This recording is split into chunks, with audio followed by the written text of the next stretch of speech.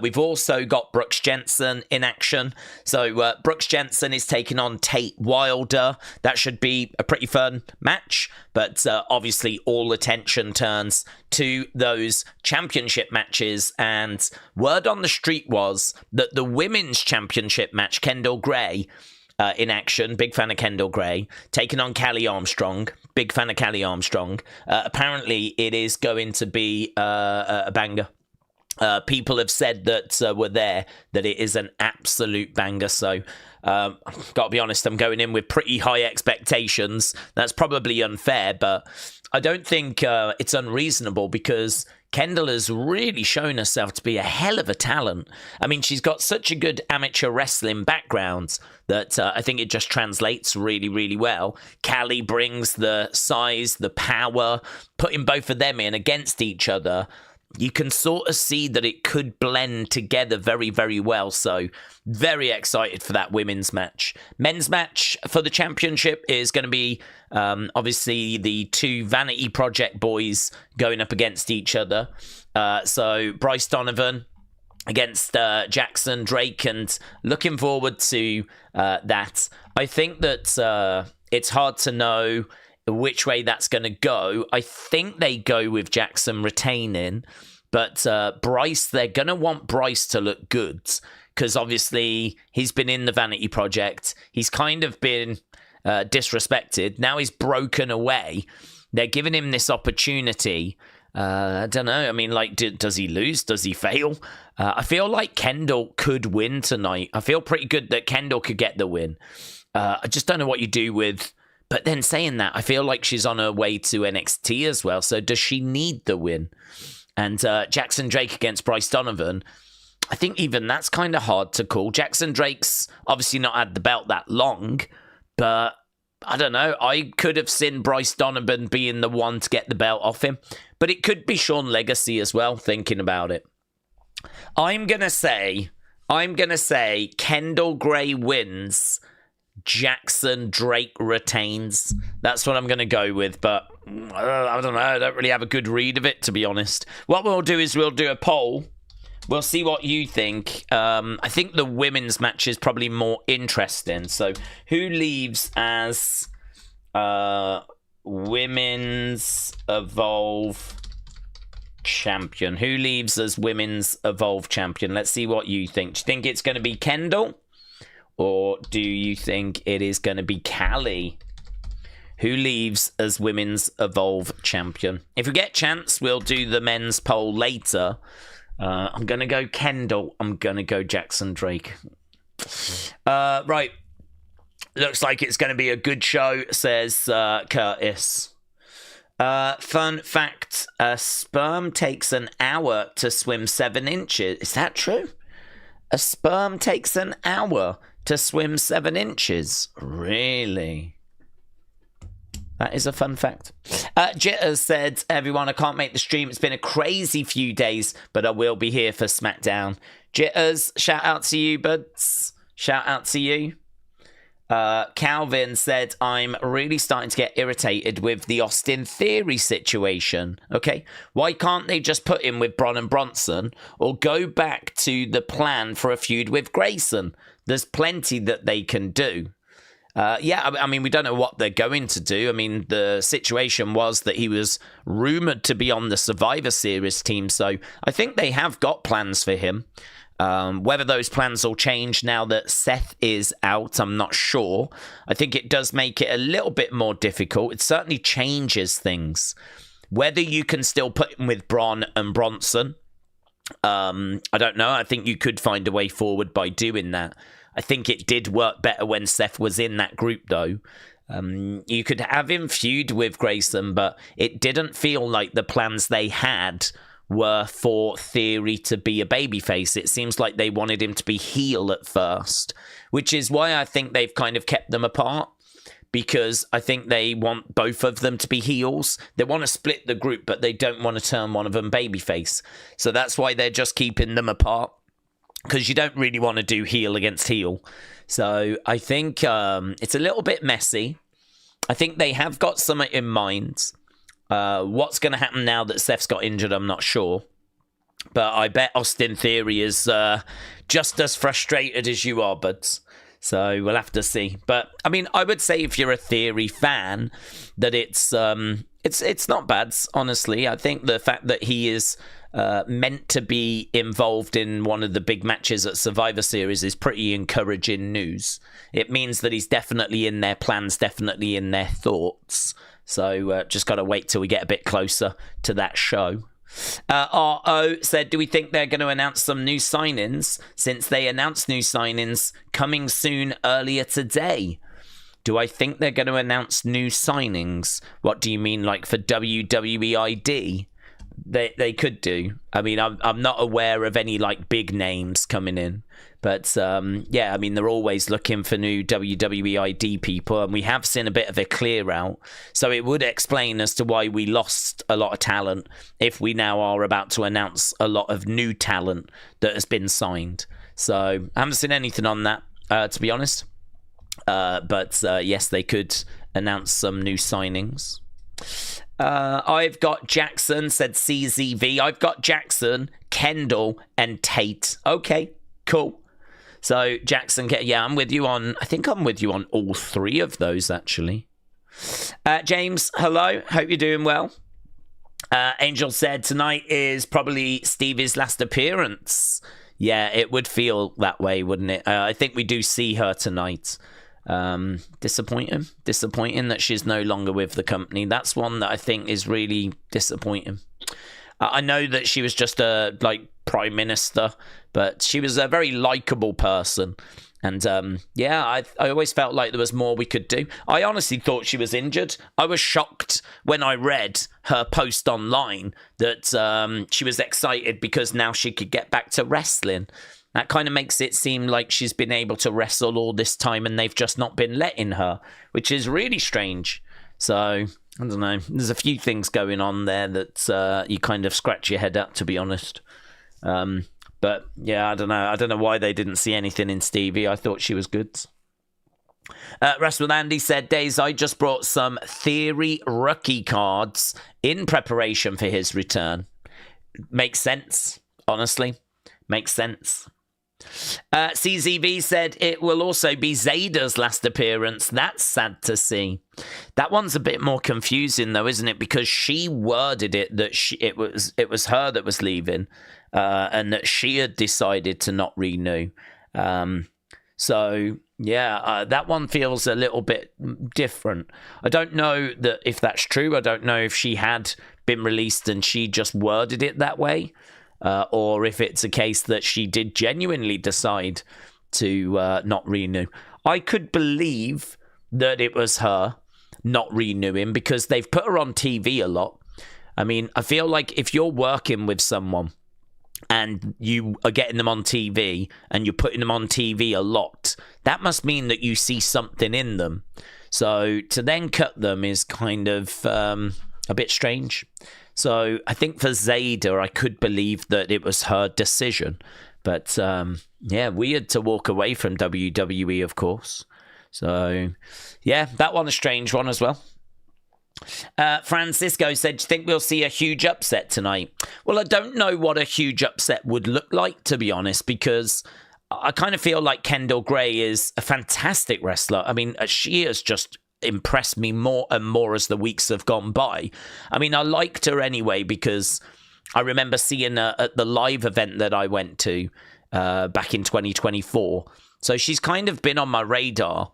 I mean, it was her and Kylie Bright that were teaming together. I didn't know anything about them, and they were okay. I mean, I didn't really see anything in 2024 when I went to the live show that kind of blew my mind, but it got them on my radar. I remember seeing them. I remember seeing Tyson and Tyreek, and we hadn't seen much of these guys by that point. So if you go to an NXT live show and you see some people that you haven't really seen before, you're kind of like, oh, I'll keep an eye out for them, because clearly these are emerging talents. These are people that they really like. So I'll definitely keep an eye out on these guys. So I've just kind of kept an eye out on them. And, you know, Kendal was involved in the first Evolve match and she was good. But I think Kylie kind of caught my attention a bit more at that time. But as the weeks have gone by, Kendal's just really shown herself to be a really great in-ring talent. I mean, she's had some of my favourite matches. So I sort of look at this as like 50-50. I think Kylie is big, strong, powerful, good attitudes. When she talks, I find her to be quite interesting to listen to. She's got a bit of attitude. I like Kylie. But then I think I prefer Kendal's in-ring work. It's more technical. Kylie is like someone that is like stronger and like throws her weight around. Big power moves. But Kendal's got a lot of these nice suplexes, reversals, little roll-ups. I feel like she's bringing that amateur wrestling background. So I don't know. If Kendal wins, is that a big upset? Because I think she's amazing. And then if I look at Bryce against Jackson, I don't know. Jackson's really interesting because Jackson is someone that you look at and you're like, yeah, he's good, but is he like mind-blowing or anything? I don't think he is. He's solid. He's good. There's potential. I kind of look at him and I'm like, man, in a few years, you could be like Ethan Page, yeah? Kind of like good on the microphone, solid in the ring, a decent look. I don't know that we're like 10 out of 10 in anything, though. I watch him wrestle and I'm not like, oh my God, that's 5 stars. I listen to his promos and I'm not like, wow, that's 5 stars. I look at his kind of presentation. It doesn't feel like it's 5 stars. I just feel like everything's at like 7. Something like that, 6, 7. It's all solid. It's all fine. Together, it makes him a strong option, but I don't feel like I'm being necessarily blown away by anything, So I kind of look at Jackson Drake as being like this really solid prospect, but not someone that's like untouchable. Bryce Donovan, I think he struggles with his promos. Haven't seen much of him in ring. I think he's got a decent look though, because he's quite tall. He's quite tall and he's got this moody vibe to him. He never looked like he worked in the Vanity Project. Never felt right him being in that. I think we always expected him to break away. So, I don't know. I mean, do they call Jackson Drake up to NXT as just, a solid option that you can do some work with and keep improving? Jackson Drake being on NXT wouldn't look out of place to me. He's solid enough where you could make that move and he wouldn't look out of place. So, I mean, do we do that and put the belt on Bryce? Bryce, I think, needs a bit more work, certainly with his promos. Promos need to be more punchier, impactful. I don't know if it's nerves. I don't know if it's just a little bit of inexperience with the delivery, but it's all a bit flat. It all feels very scripted. It doesn't feel natural. The charisma doesn't come through. A lot of work needed on the promos with Bryce. But, he's got a good look. He could carry that belt for a while. Upset, I just don't know. I don't know what an upset would look like. I feel like both the challengers have got a good chance. I would say Kendal more than Bryce. So my prediction is Kendal wins. I don't know the results, right? I could be completely wrong on this. I think Jackson retains. And the only reason I'm going Jackson retains is because I think they've been building Sean Legacy as being the guy that could end up beating Jackson. But I do think Bryce has got a shout. And then honestly, I mean, between Tate and Brooks, it's a bull rope match, which is going to be fun. Hopefully it's going to be a good match. Forgot to mention that. It's a bull rope match. I just hope it's a great match. I just really hope that match is going to bang. So, yeah, 3 matches, all of them interesting. Bull rope match, 2 championship matches, the first Evolve special. And they've been building up to this for a good few weeks as well. So, yeah. Big Time said Jackson's got the physique of an indie wrestler that you would see in Ring of Honor or a local indie promotion. I agree. And that's no knock. Because, as I said, I think his in-ring is fine. I don't find his matches to be bad. I think they're fine. They're very watchable. There's not really much that sticks in the mind. I think there are flashier performers than Jackson. but I can sort of see why you would put the belt on him, because he's a heel. He's in the Vanity Project. He's kind of the de facto leader of that group as well. So, you know, they've kind of put this support around him.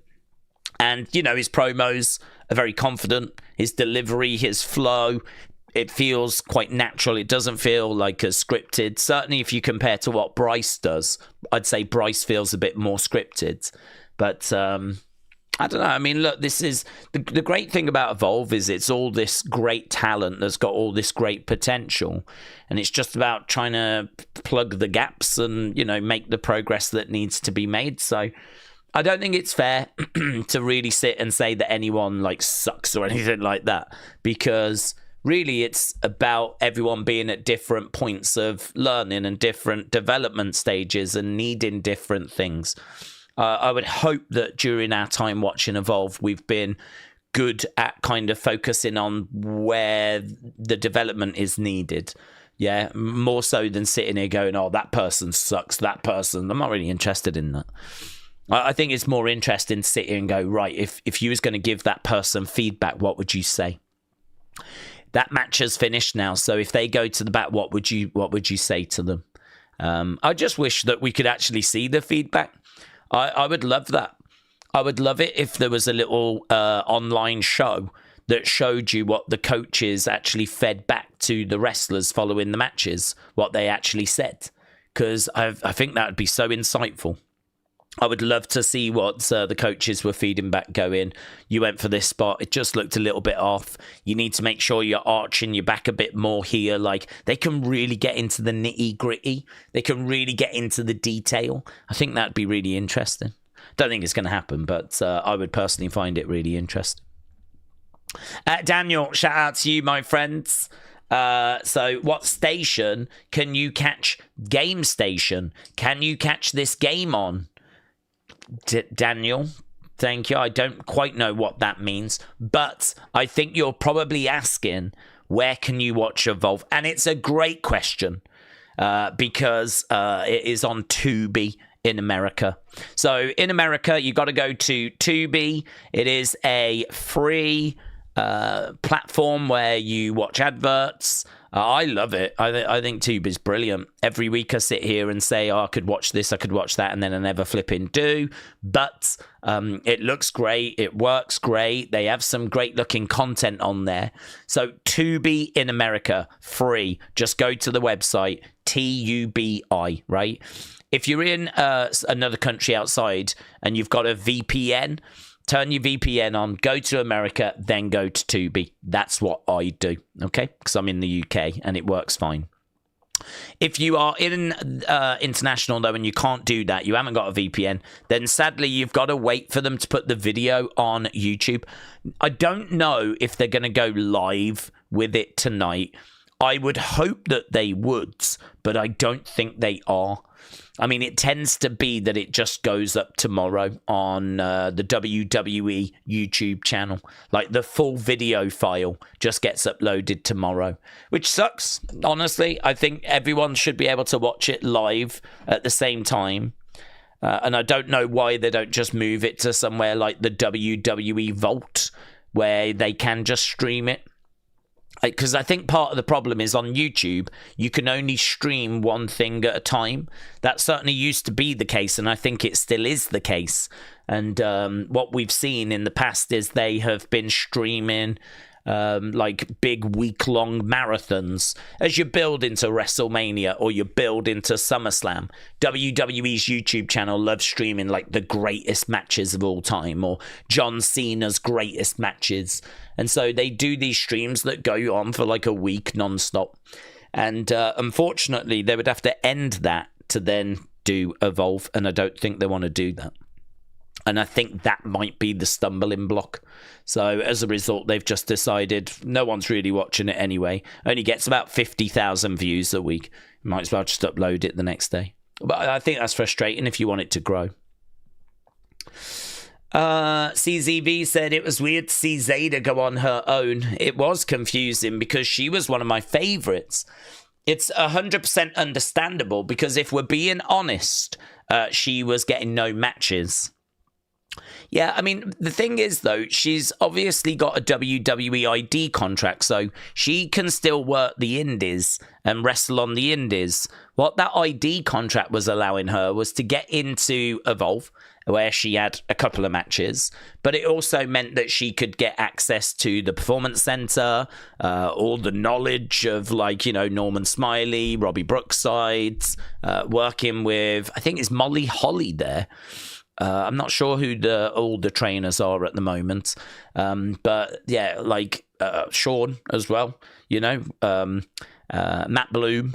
Like, so she could work at the Performance Center, train with these amazing trainers that have brought through so many, I mean, Bianca Belair, Tiffany Stratton, like all these people that they've worked with, Carmelo Hayes, working with Trick at the moment, working with Oba. I mean, these trainers have taken people that have got no wrestling experience and they've turned them into world champions.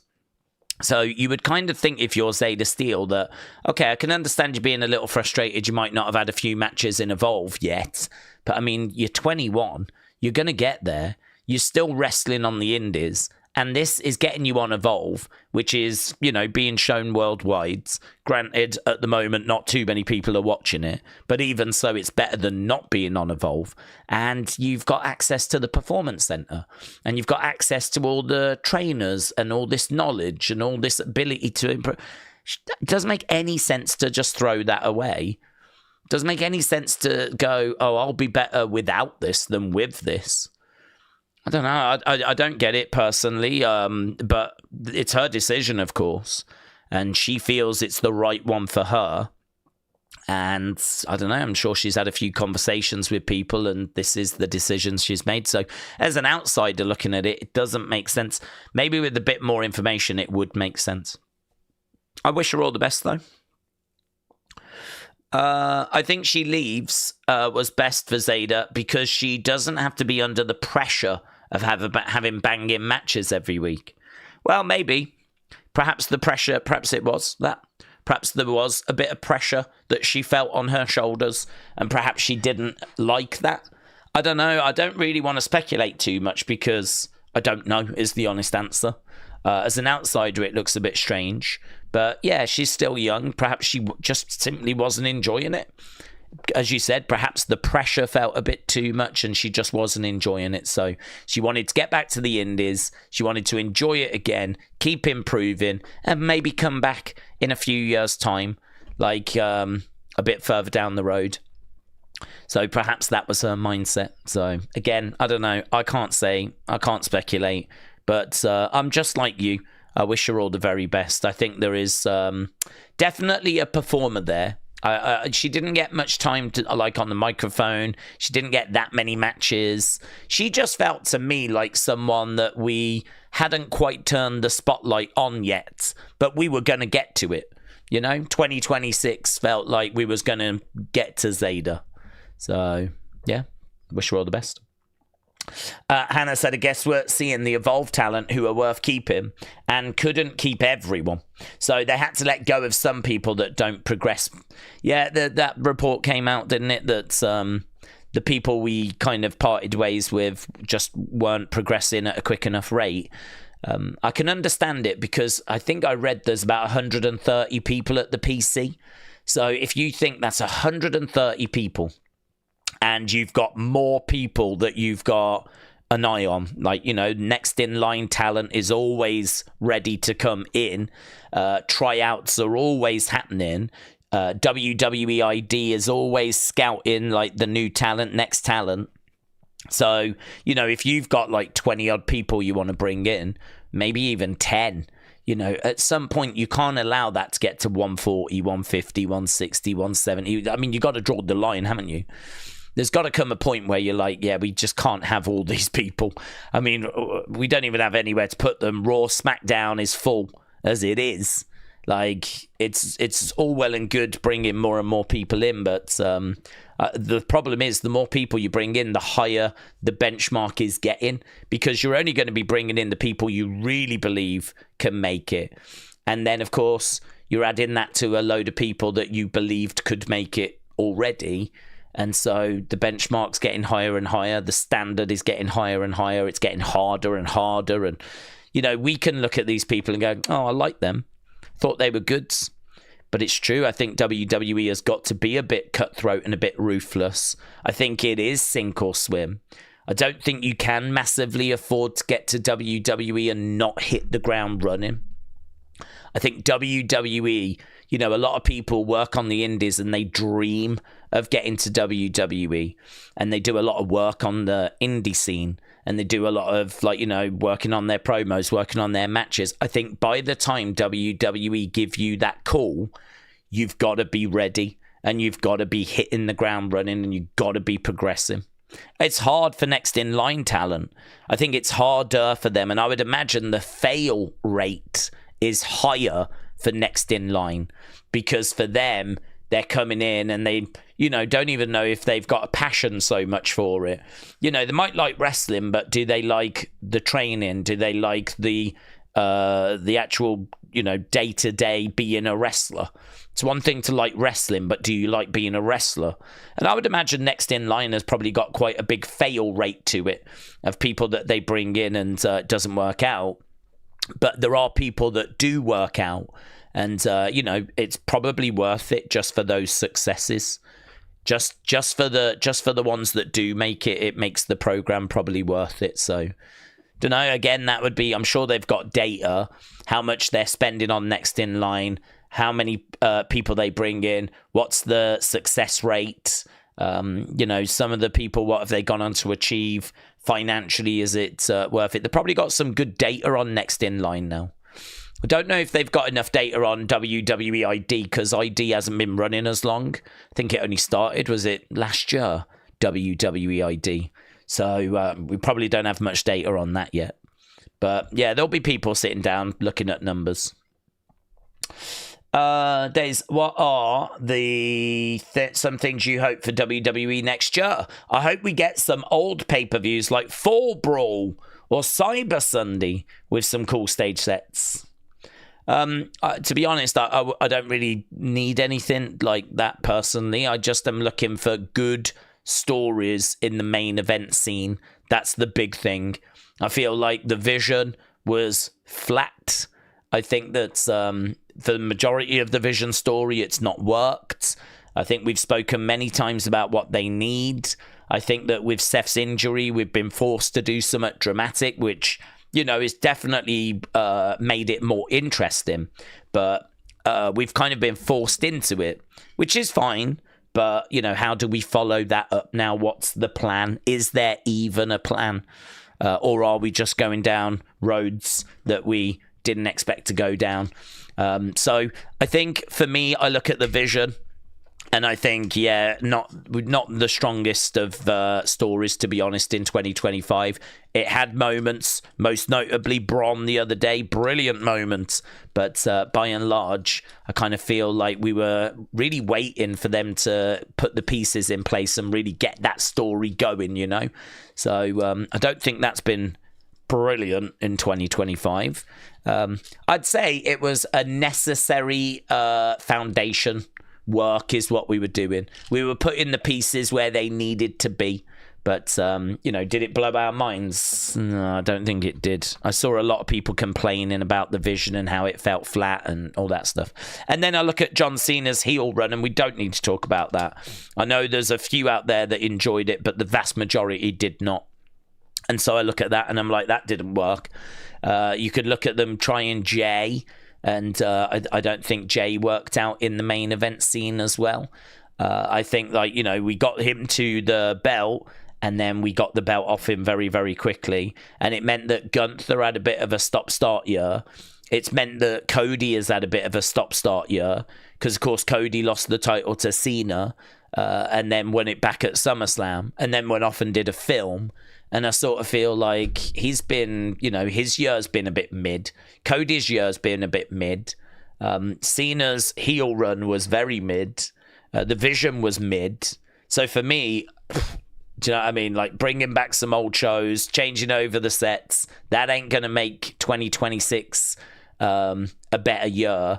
or a drastically better year. Like, we need good main event stories. We need stories that have got twists and turns and that we're interested in and we care about. Like, we need to, look at the women's title. One of the women's titles has been on Tiffany, and I think since that Charlotte feud, Tiffany has felt a bit mid. And I don't mean that as disrespect. I just mean that I feel like we've done all we can do with her. I think with Tiffany, she's kind of shown everything she can do. And I think that the feud with Charlotte was kind of, interesting because of the builds. But then everything after that has just really felt like flat. It's felt really flat. So I don't know. I don't know what you do with Tiffany. I don't know if you get the belt off her and just do some work with her. And, she's still learning. She's still progressing. I mean, they do brag about the fact she's only been in wrestling 3 years. And I do worry about that. It's good in the sense of, oh, wow, look how quickly she's picked this up, right? I get it. But I don't know. You kind of look at where she is right now, where it feels her momentum has stalled. And I think part of the reason is because she's only been in wrestling 3 years. She's got nothing else. There is nothing else for her to bring to the table. She's shown you everything she's got. Everything those 3 years have taught her, she's shown you now. So there's not really anything else to bring to the table. So I kind of feel like we've done her dirty a bit. I'm not even blaming her. I think we've done her dirty a little bit. So, maybe, listen, there's so many great women. So many women looking for opportunity. Just give someone else a run with that belt. So I kind of look at that and I'm like, oh, that was a bit flat. I look at the world heavyweight title, I'm like, oh, that was a bit flat. I look at the vision and you go, oh, that's a bit flat. You look at what we've done with Cena's heel run, you go, oh, that's a bit flat.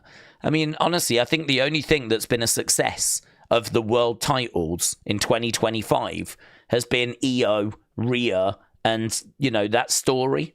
I think that world title has been really good. Because I think Io has been one of the best performers, and Rhea, you can always rely on Rhea.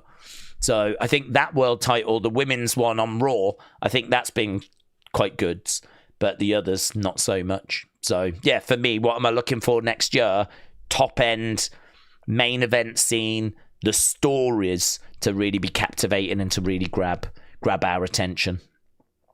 Wrestling Russ said, Daze, we should have Be the Booker contest in members only. Everyone could turn in a storyline and we have the community vote on the best storyline. Oh, that's interesting. That's interesting.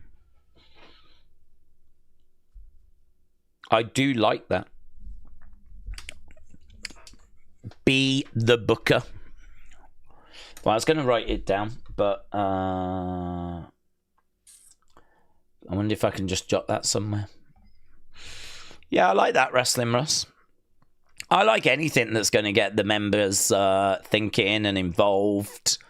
I think the members, certainly there's a good chunk of members that like to have their voices heard.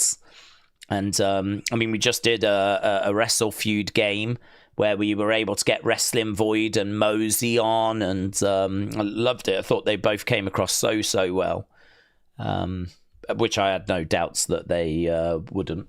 But, obviously, like, we do the members game that we're doing tomorrow. We do the members stream on a Tuesday where members get their voices heard, or they get their question or theory heard. But I like that. So, members submit booking ideas. I've written it down. I've written it down in my spreadsheet. Can you pin? I don't even know if I can pin this. I'd love to be able to get to this quicker. There must be a way of doing that. Rather than opening everything up, I must be able to pin it somewhere. Oh, I suppose I could bookmark it. Oh, that might have worked. Oh, that could change everything. That could change everything. Okay. Love that. Love that. CZV said, I'm holding a promise to you. Oh, okay. This feels like a relationship thing. I'll tune into every stream at some point because I do love the content and I do want to be a moderator on the channel someday. Moderators on the channel, it's difficult to be honest because I've so many people ask about that, and there's probably at least one person a day that mentions it or asks about it. And honestly, like the mods we've got do a great job. I don't ever really feel like we need more, and I don't ever like to use it or for it to be seen as like some sort of badge of honor. You know, like this is something to achieve. I think the big achievement isn't being a mod. I think the big achievement is getting into the Hall of Fame. That's what I think is the bigger achievement. I think like mods do a fantastic job, but we only need so many just to make sure the chat is kept a friendly place, you know? Don't need like when it comes to the mods, like they're just there to, if there's like someone that's in that's like spamming loads of stuff, they just like get rid. Or if there's someone that's causing like drama, you know, and they get rid. And I'd say time out rather than ban, because if there is a ban, I can't always bring the person back, because you know we all have off days. It's one of those where, you know, you've been at work, maybe you've been shouted out, maybe you've been at school, perhaps like your parents have had a go at you, or who knows, you've had a falling out with the missus and you're in a really bad headspace. Someone says something, sets you off, like, mate, I've been there. I'm sure you've all been there. So, I mean, I think things can happen where you're not thinking straight, you're in a bad headspace, and, you know, if you get blocked, I just can't bring people back. Because there's a bit of a YouTube glitch, and I don't know if this is the same on every channel, but on this channel, like I've got a list of people that have been banned, and it does not include everyone. Does not include everyone. In fact, it includes very few people, all things considered.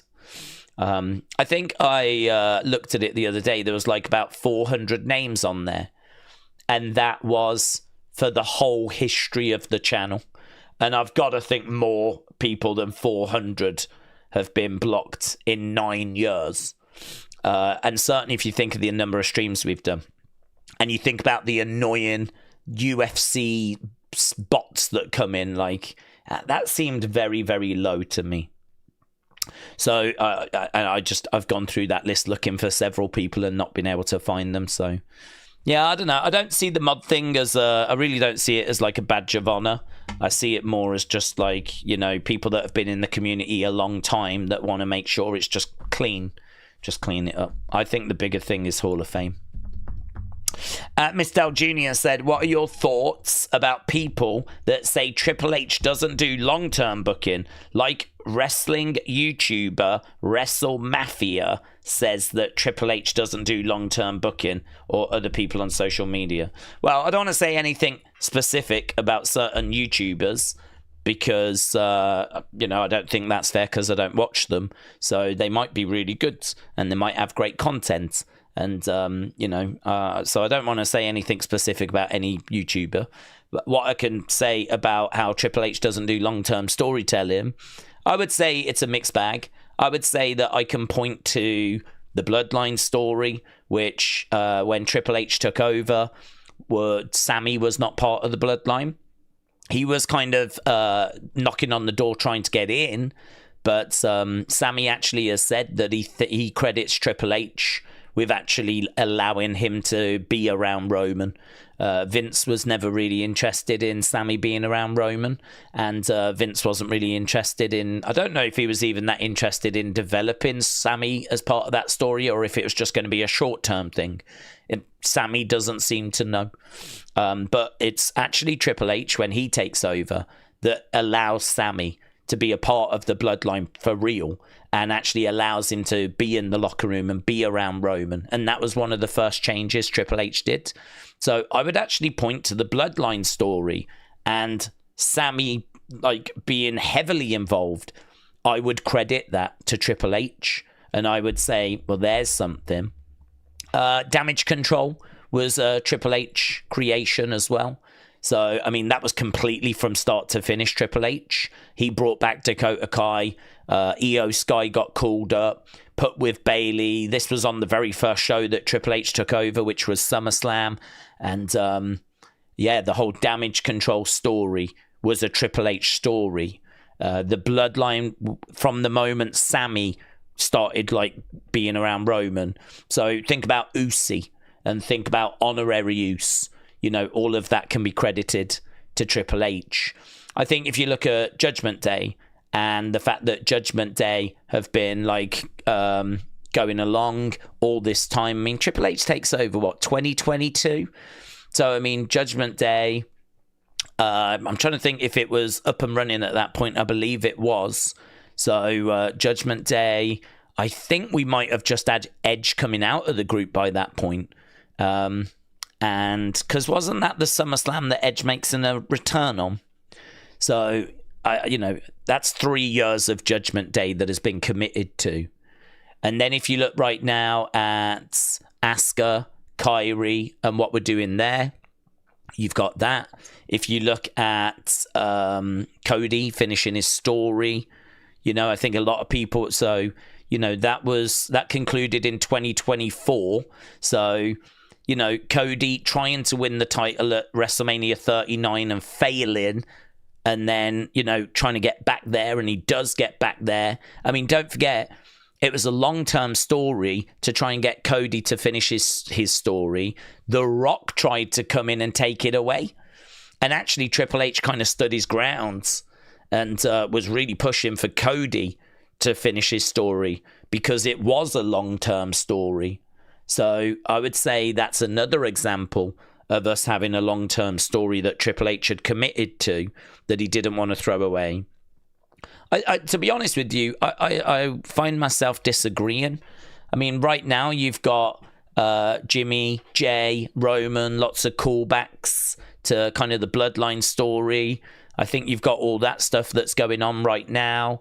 And that's connected to the bloodline. So, it's not like we're just doing one-off stuff all the time, is it? Like, there is like a follow-through. And as we said, Asuka, Kylie, look at the story we're doing with Bayley week after week where she's hearing voices. She's teaming with Lyra. That's obviously continuing at the moment. So, you've got all that going on. Obviously, this show has been very focused on like John Cena's retirement run. But I don't know. I mean, I don't really know what they're referring to in regards to long-term stories. If you want to talk long-term, well, we've got Judgment Day and we've had Bloodline. If you want to talk just shorter than that, like things that have happened this year, then I would point to Jimmy J, Roman right now. I would point to Asuka, Kylie right now. So I don't know. I can sort of find long-term stories. I don't think that's the problem so much. I think the main event, I mean, look at the Vision. We started the Vision after WrestleMania. We're still going 5 months later. I mean, is that not a long-term story? 5 months of the Vision, which was meant to go even longer. And he's still going to continue with Heyman and Braun and Bronson. I don't really understand what they're on about, honestly. Not when you can sit here and kind of go, what about this? What about this? What about this? What about this? What about this? I mean, maybe they're saying there's no good long-term stories, I mean, maybe they're saying, yeah, but Judgment Day are just spinning their wheels. I could understand that. Or maybe they're going to say, like, that, maybe Asuka Kylie hasn't been going that long at the moment. Roman J, Bloodline was fantastic. But so let's not count that because, that's the exception. Like, maybe there's something in that. Maybe that's what they're trying to say. Not that there isn't long-term stories, but that a lot of it is just spinning its wheels. I don't think that's a problem. I don't think Triple H has got that as a problem. I think for me, I look at this year and I think we tried to do the Vision and I think that we've put pieces in place. I think the Vision could have got somewhere, but it needed stuff. There was things that it didn't have that it needed. I don't know why we weren't doing more backstage segments. We've spoke about that. I think that's a great way of developing character, and I have no idea why we didn't do it until recently. I don't know. I mean, only Triple H can answer that. And I think we really invested in John's heel turn. I think that was a mistake. And I don't think we should have done that. But I think if we had a better John Cena run, I think this year would have been seen a bit more favourably. You know, if WrestleMania 41 had gone better, I think this year would have been seen a bit more favourably. If John's heel run hadn't been as controversial and had worked better, I think this year would be seen a lot more favourably. I think if the Vision had hit the ground running and not felt as flat, I think this year would have been seen a bit more favourably. Hence why I say next year, I want to see some really good main event stories. I want to see some stuff next year that is going to really, you know, we're going to get our teeth into. But I think there are long-term stories, and I think there are little stories within those long-term stories. I mean, you can look at, like, Judgment Day, where you had, like, the Dominic Rhea era, right? And then, of course, you've got the Liv Dominic era. Now Liv's injured. You can't really do much about that. So now we're in the kind of Dominic finding his own feet era, and, you know, having some disagreements with Finn Balor. And we're teasing something between Dominic and Finn, and we have been for quite a while as well. So, I mean, I'd point to that as like a long-term story, because it feels like that's going to come to a conclusion at some point. Whether people think this is captivating or not, I'm not sure. But, yeah, again, nothing at any specific content creators or whatever. Everyone's entitled to their own opinions. But, no, I think I can sit here and find long-term stories. Whether you want to debate as to whether they're interesting or not, that's different. Russell Andy said, do we think that the retirement tours will be common now for the likes of AJ and Randy? It's a good shout, that, actually. I think that it'll only work for certain people. And it will work to varying degrees. I mean, I don't know how many people are going to come out around the world to see AJ Styles for a final time. AJ is an amazing wrestler, but I mean, he hasn't had the level of success in WWE that John or Randy has. I think that AJ in certain markets can definitely be billed as this is his final time here. And you can bill it, and you know, you might shift some tickets, but I don't think you can build a whole show around it like you can John. I mean, if you go somewhere and say, this is John's last appearance here, I mean, you're going to shift tickets, right? But I don't think it works as well if you do it with AJ. So, but you would in certain key markets, like Georgia, I would imagine, would do well. Florida, I would imagine, because of the TNA connection, would do well. So certainly in certain markets. So, yeah, I mean, I think for certain legends, Randy, I think, is a great shout. I think you could definitely do it with Randy. Randy, or people love Randy. So, you know, to say goodbye to Randy one last time, I think you'd be able to do it. I don't think it would be as big as John. I mean, it's funny because whenever we talk about a Mount Rushmore, we always tend to talk about Hogan. We talk about Stone Cold, Rock, Undertaker, Cena. I mean, Cena's always mentioned. Randy never seems to be in the conversation as much. And I think it's because he's always been slightly second fiddle to John. He was always the heel. You know, John's got 17 world titles. I think Randy, what's he on, 14? You know, he's just that. And, you know, Randy hasn't really had the time away that John has. John obviously working a much more reduced schedule than what Randy has. So I sort of feel that, yeah, Randy, you could do a retirement tour for, and I think it would work. I still don't think it would work as well as John's. I think John is very special because I think John is one of the biggest names, legitimately like Mount Rushmore material.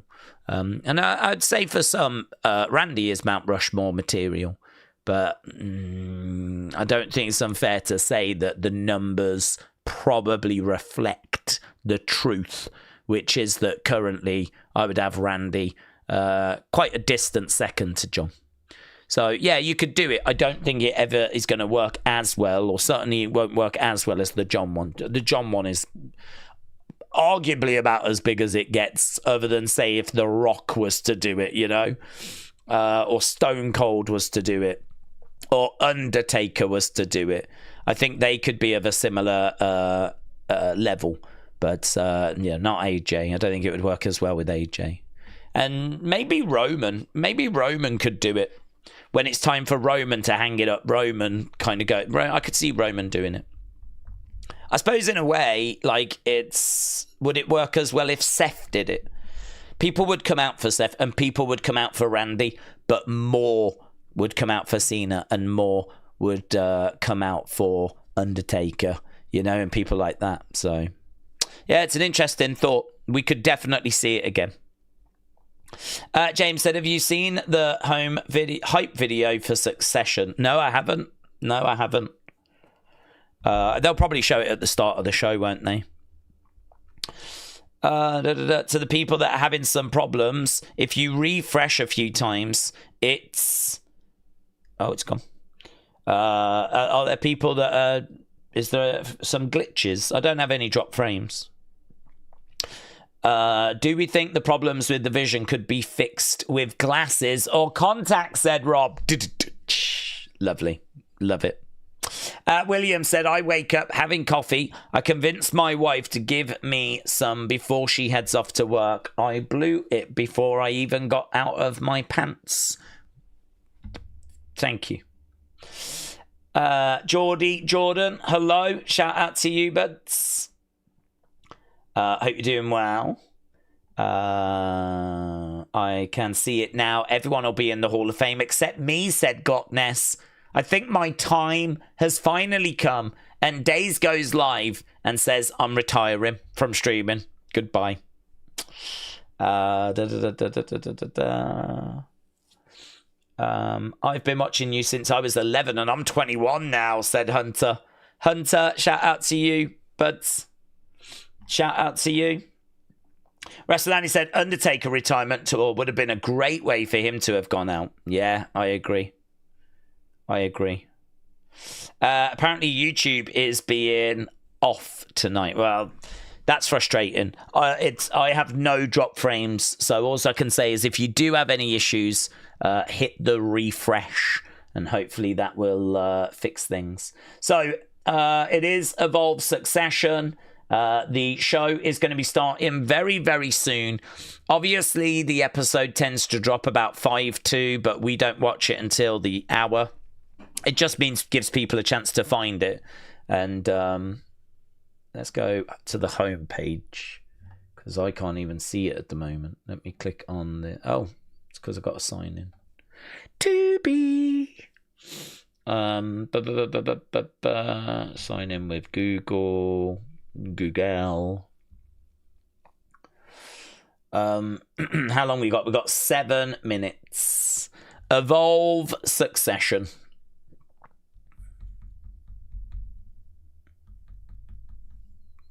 There we go. Just having a little bit of trouble logging in for a second there, but it's done. Okay, it's not up yet. Probably be up in about a minute or so, but as we said, we always wait a few minutes before we jump into it. Let's plug that in there. Lovely. I'm going to move the chat over there. Lovely. Right. Mobile is the only thing that works to watch, says M-Dub. MM Warrior. Rob said, I've been watching you since I was 15 and I'm 47 now. Steve said, do we think Evolve will still have investment in it with all the changes and releases? I'm not sure how long the 2B agreement lasts, but I'm sure that is what will drive its potential future. Yeah, I mean, honestly, I look at how many people watch on YouTube and it is really disappointing. It's about 50,000 that watch on YouTube, which is nothing. If you think that they've got a YouTube channel of 111 million subscribers and a lot of their videos do like over 300,000, some of them going on to do 1 million, and then you've got Evolve drop in and it does like 50,000, you're kind of like, blimey now. You know, clearly they have not managed to get people excited to watch it. So, which is a shame because I do think it's good. I think it's really solid. I think it could be better, but I think they do a good job with it. I enjoy watching it. Certainly if you think that we're using talent, a lot of talent that's not quite ready for NXT. You know, you've got to think that it's hard to get banging matches out of people that, you know, we haven't even deemed quite ready for NXT yet. So I think if you take that into consideration, like, they do well. They do well. So, yeah, I agree with you. I think it's going to come down to if it works for Tubi. If Tubi think that, because we don't know the numbers, no numbers get posted. But if Tubi thinks that it's worth their money to have this program and that it's bringing people to Tubi, then and they renew it, then it will stick around. If not, then I think it's done. I don't think they'd keep it as just being like YouTube only. So I don't think the numbers are strong enough. Days, apart from wrestling and working on videos, what's your favourite thing to do apart from what we know with music, cricket and football? That's it. That's all I have time to do, honestly. That's it. I'll tell you one thing that I do spend a little bit of time doing, and I do wonder if I'm just wasting my time, but I do like to download some albums or get some of my music albums, burn them onto my computer and then put them onto my little player. And I've just been looking, like, before I go to bed, like, is there a good speaker that I could get where I could actually, like, send the music to the speaker? I mean, I don't really need it because I'm sat in front of a PC. So, I mean, I can just play music through, like, YouTube Music. I could even get lossless music. But you don't own that, you know? That's not yours. If you don't pay the subscription, it all goes away. Whereas I can download. I've got a 2 terabyte card in here now, and I can just keep putting, like, albums onto here. I've got, like, about 50 now albums on there, which are just like pop music throughout the years. And yeah, I just keep adding stuff onto it, really. So I would say, like, that's a little thing I do. But I mean, I just spend like half an hour a day doing that, and sometimes don't even get a chance to do that. But yeah, keep an eye on the cricket, keep an eye on Man United, keep an eye on England's. Other than that, that's it. I mean, that's me maxed out. That's really all I get a chance to do. So Adam said, here's a tip for the tip jar. Oh, Adam, you don't need to do that, my friends. I really appreciate it. Massively appreciate it. Adam is always so generous. Really do appreciate it, but you certainly didn't need to do that. But I hope you're well, Adam. You're a good un. You're a good un. You keeping the lights on round here, my friend. So I really do appreciate it. So respect. Adam said, let's evolve. Let's evolve. Right, we got 2 minutes. I've got it queued up. The show runs for 53:57. The thumbnail is Kylie and Kendal staring at each other. Mate, this is going to be good. This is going to be good. Corey online. Corey Hayes said, like, don't miss this. Do not miss this match. So we're locked in. Keegan said, thank you everyone in the community for being patient. I appreciate it. Mr. Dow Jr. said, if you used to rate this year out of 10 compared to the whole decades, like the 2020, 2021, 2022, 2023, 2024, I feel like this year would probably get about a 6. I feel like 2020 would probably get a 4, but I don't know. It's hard to score that one. I actually think 2020 might get a 5. 2021 I actually didn't like as much. I didn't like the Thunderdome. That would probably get a 4. 2023 we get big improvement. I think that gets to about a 7. Maybe even pushing on an 8, and 2024 I think is about the same. 2023, 2024 I think are both knocking on 8s, but 2024 does fade, you know. A lot of people, like, forget that we did, after Cody finished his story, it does start to dip down. Okay, here we go. We've got the then, now, forever. So, yeah, I'd say this goes down by a couple of points on recent years this year. But I don't think it's a disaster, and I do think that flipping 2019, that can have, like, a 2. That year sucked. very little redeeming apart from the women main eventing. And I think that's the year of Kofi Mania, isn't it, as well, which was sick. That was sick. Here we go. We've got the Evolve. A promotion beginning with humble foundations. Ah, they're looking at the history of Evolve. Limitless and unrestricted endgame. This promotion is the future. A breeding ground for tomorrow's legends. These guys. A breeding ground for tomorrow's legends. And ultimately, providing an even bigger showcase with the WWE. This is the opportunity to go Okay, I'm guessing this is the open you was talking about, James. It's good. It's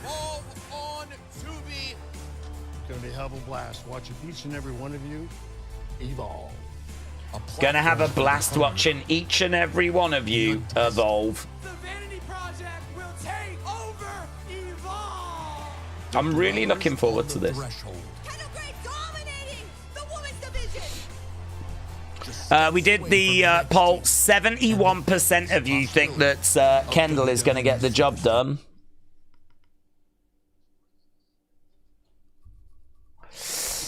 We can hear it. Yeah, I just saw that. I've just muted it.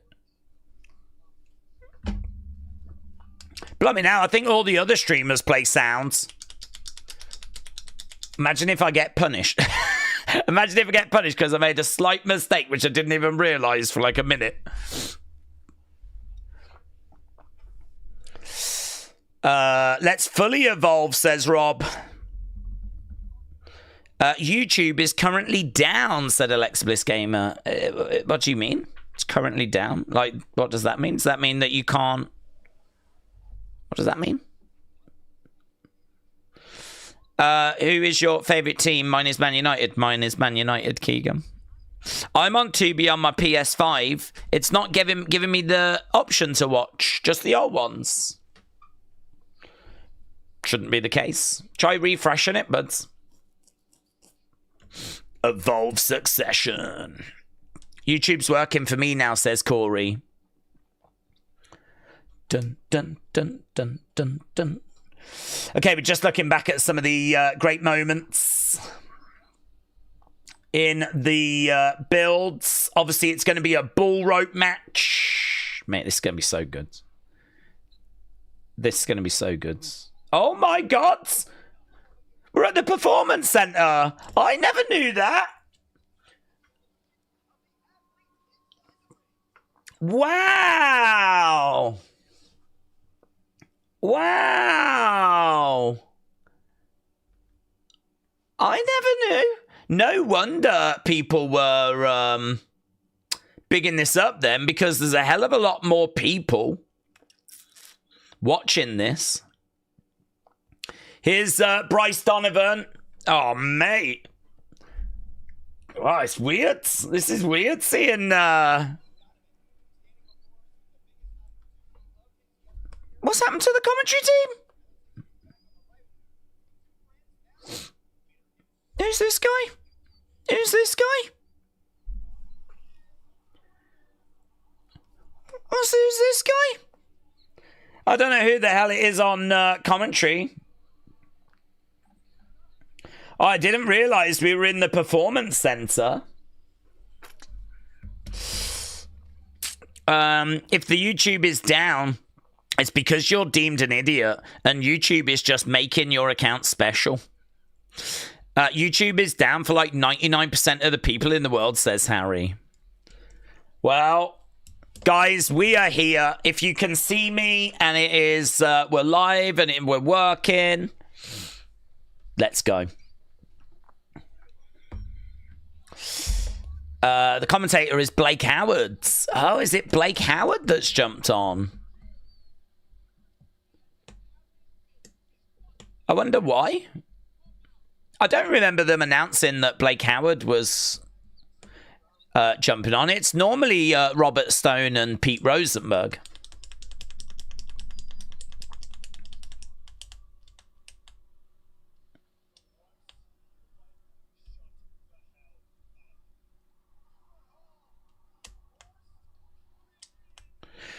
Okay, we just got a video package right now. I have got repeated ads since YouTube doesn't want to work. Oh, you shouldn't be getting any ads. He did NXT level up, but I think it's going to be all 3 tonight, said M. Carvalho. Thank you. YouTube is messed up. I had to retry 15 times to get into this stream, said Rare Breed. Oh, really? That's a shame. That's a real shame. Rob said, this is honestly sad. What, the YouTube situation? Is there really that much of a problem if you can all chat about it in a YouTube chat, says Johnny? Well, if you're here, welcome. If you're not here, you're missing out, because I am really looking forward to this. Here we go.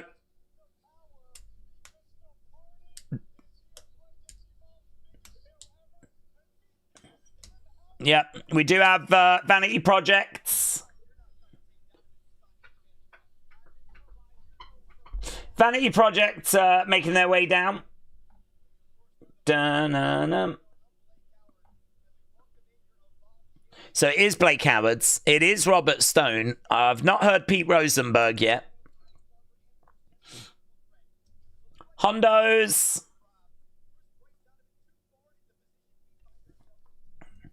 So Zayda is coming out with Swipe Right. And Jackson Drake. There's Bryce Donovan looks good with his hair back. Bryce Donovan looking very focused. Championship on the line.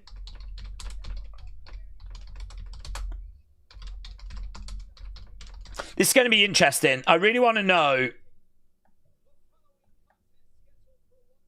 how good are these guys.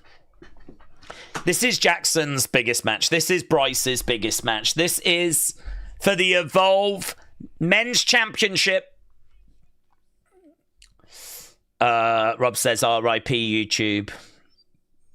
Gone, but not forgotten.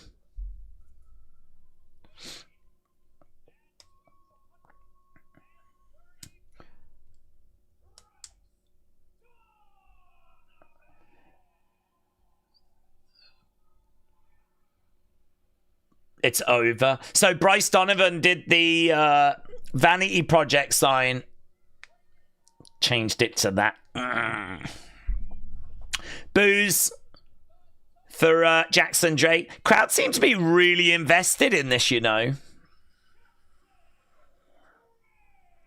Oh, it's good. It's got a big fight feel, you know. Ha! That's what Blake Howard just said. It does. I agree. It does have a big fight feel.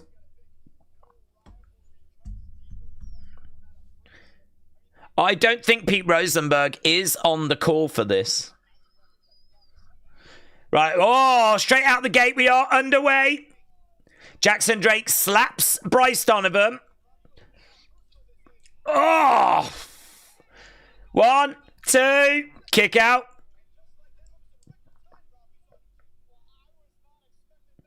So we had a big side slam there by Jackson Drake, by Bryce Donovan. Jackson Drake in the corner. Lovely throw there by Bryce. Jackson backs over. So yeah, no Pete Rosenberg today. Okay, straight out the gates, colliding into the corner. It's looking good in the early stages here for Bryce. Lovely, slamming him down. On the back of Jackson's tights, does it say Dr. Thirst? Shot coming in. Big clubbing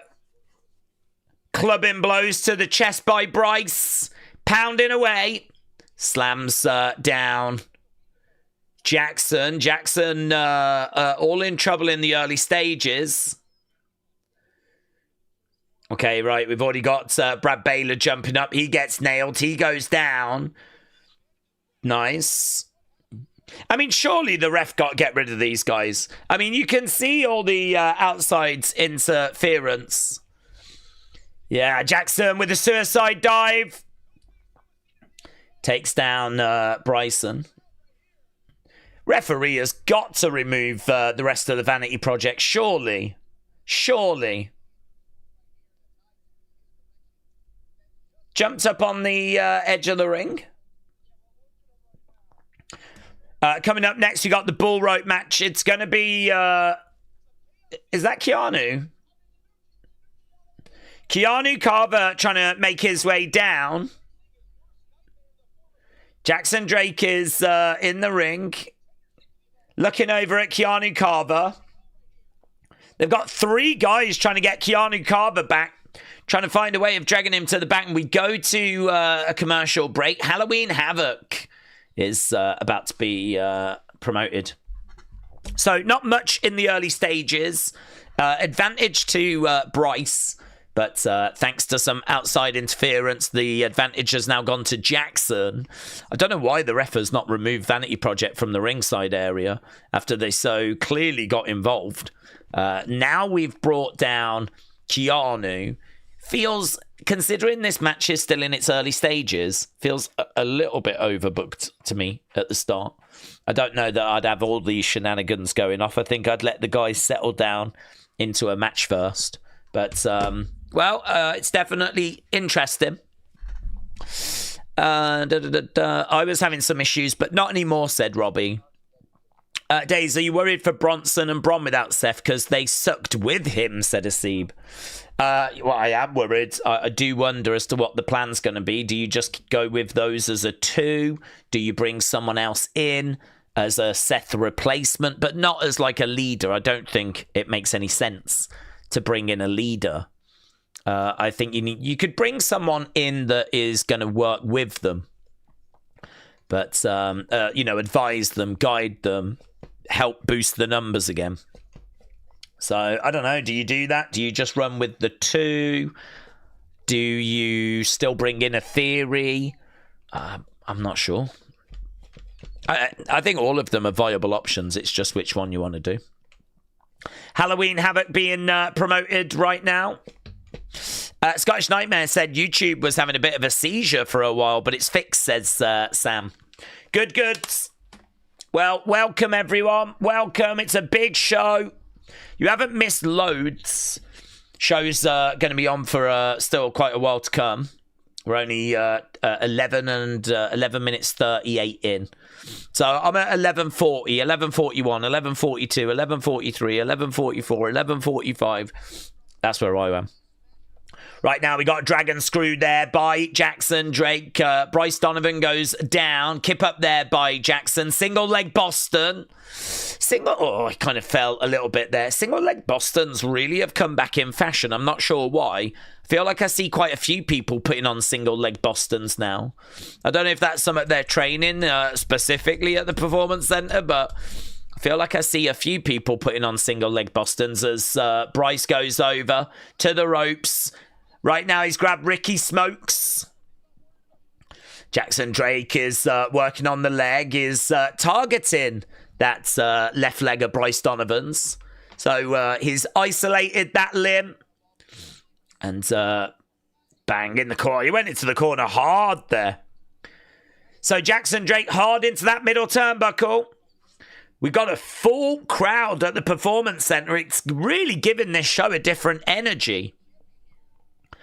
Right now, Bryce Donovan back in the corner.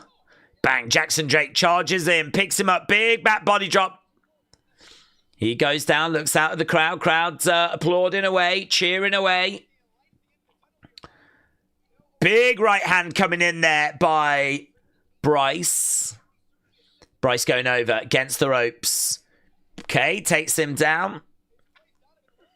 He's got a bit of Damian Priest about him, hasn't he, Bryce? Just less Latin American. Against the ropes. Picks him up. Powerbomb! That looked quite good. Oh, was that a H-bomb? 1, 2. Kick out. Kick out by Jackson. Yeah, that was good. Powerbomb into what looks to be like a H-bomb. Bryce is getting a bit distracted by those on the outsides. Crowd are making noise, though. Crowd very invested. Jackson Drake is still down after this. We got the bull rope match. After that, we've got what is meant to be a banger of a women's match. Kick coming in, kick to the back. Through the ropes goes Bryce. Spills to the outsides. Jackson, he's already done a suicide dive, so this time surely over the top. No, another suicide dive. Yeah, I'm glad he got caught. I'm glad he got caught because he already did that move. So it should have been scouted. I think it would have been better if he'd have gone like over the top. But right now, we've got both guys on the outside. We've got the Evolve Championship on a plinth. Here's Bryce into the ring steps. Bryce goes into the ring steps. Jackson moves out the way. Jackson, drop kick into that leg. He's targeted that leg. Some good work there, psychology-wise, targeting that left leg, climbing up. And, down on the legs as well. Swanton onto the leg. 1, 2. Yeah, I'm glad that didn't put it away. It didn't feel big enough. We haven't had any fun facts in the bottom corner, or certainly not that I've seen. We tend to get that on normal week Evolve shows, but I haven't seen anything this week. Another kick coming in again there by Jackson. Standing on the back of the leg, taking him down. I have got to wait until the pasta gets colder. Sonny, shout out to you. Brother said what the matches are. There's a big clothesline. There's a bull rope match. Tate Wilder against Brooks Jensen. And the big one, the main event. Kylie Armstrong, against Kendal Gray. Okay, right now we got Bryce Donovan over against the ropes. Here's Jackson getting up to his feet. Bryce with a right hand. Jackson with a forearm shot. These two exchanging blows. Another big shot coming in. Swing and a miss. Big right hand there by Bryce. Jackson over against the ropes. Kick coming in. Thought he was going to go for a dragon screw. Doesn't. Looked like he was going for a choke slam. Doesn't. Kick coming in there by Jackson. Off that middle rope. He might get choke slam now. Big. Huge.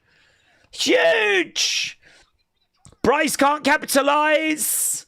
Oh, what a mistake. What a mistake. He kind of went for the pin. The legs went up and onto the ropes.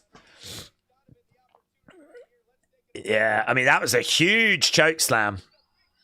Choke slam looked great. Picks him up. Smo and drop. Smo and drop. Smo and drop.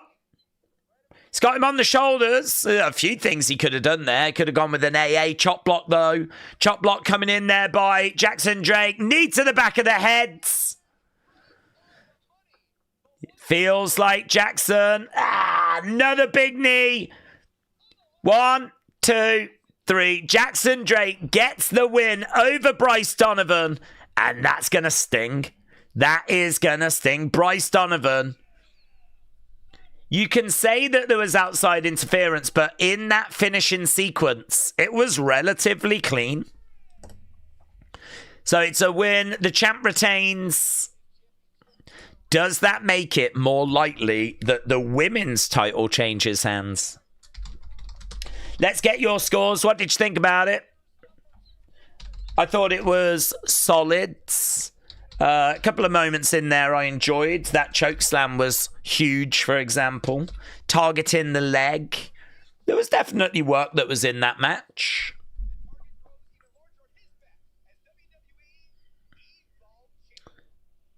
So there we go. Vanity Project standing tall. There is Stevie.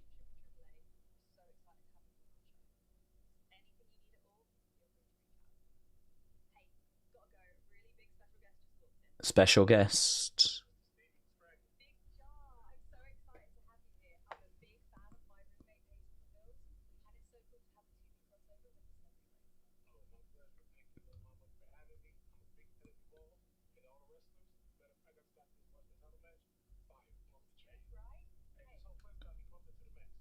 Who's Big Jaw?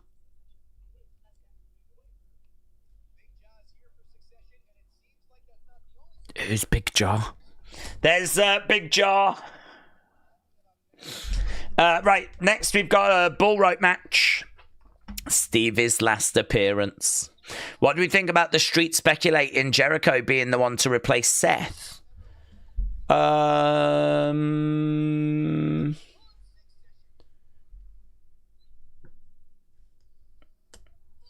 mean, you could do it. You could do it. I'm just trying to think if I would do it. I mean, the good thing about it is that it would mean that Jericho wouldn't have to wrestle on a regular basis because he could be the leader and he could tell them what to do. Obviously, Braun and Bronson turning on Seth only to then take orders from Jericho would need some explaining. So you could do it. You could find a way of explaining it. I don't think it's impossible, but I don't know that that's the direction they're going either. I mean, to be honest, the reason they've done it is because of the injury. Okay, we've got Jack Cartwheel, we've got Cappuccino Jones, Adrenaline Drip.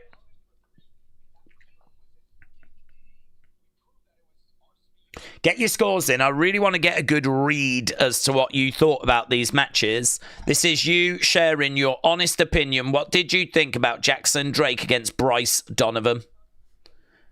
How do you think they did?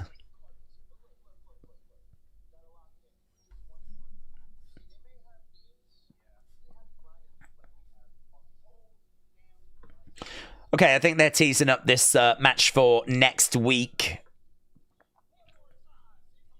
They have faced this other team a couple of times already, and they're going to do the rubber match soon. They're great, by the way. Adrenaline Drip are great. Okay, we're backstage with Layla Diggs, Mason Holiday, Wendy Choo.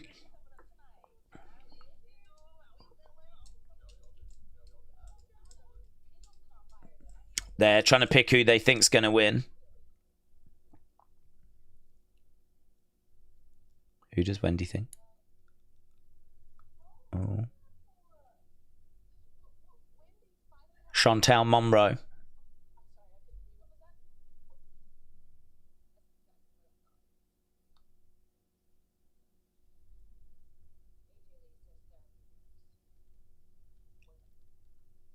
AJ Lee says therapy works. I mean, she does. She has said that.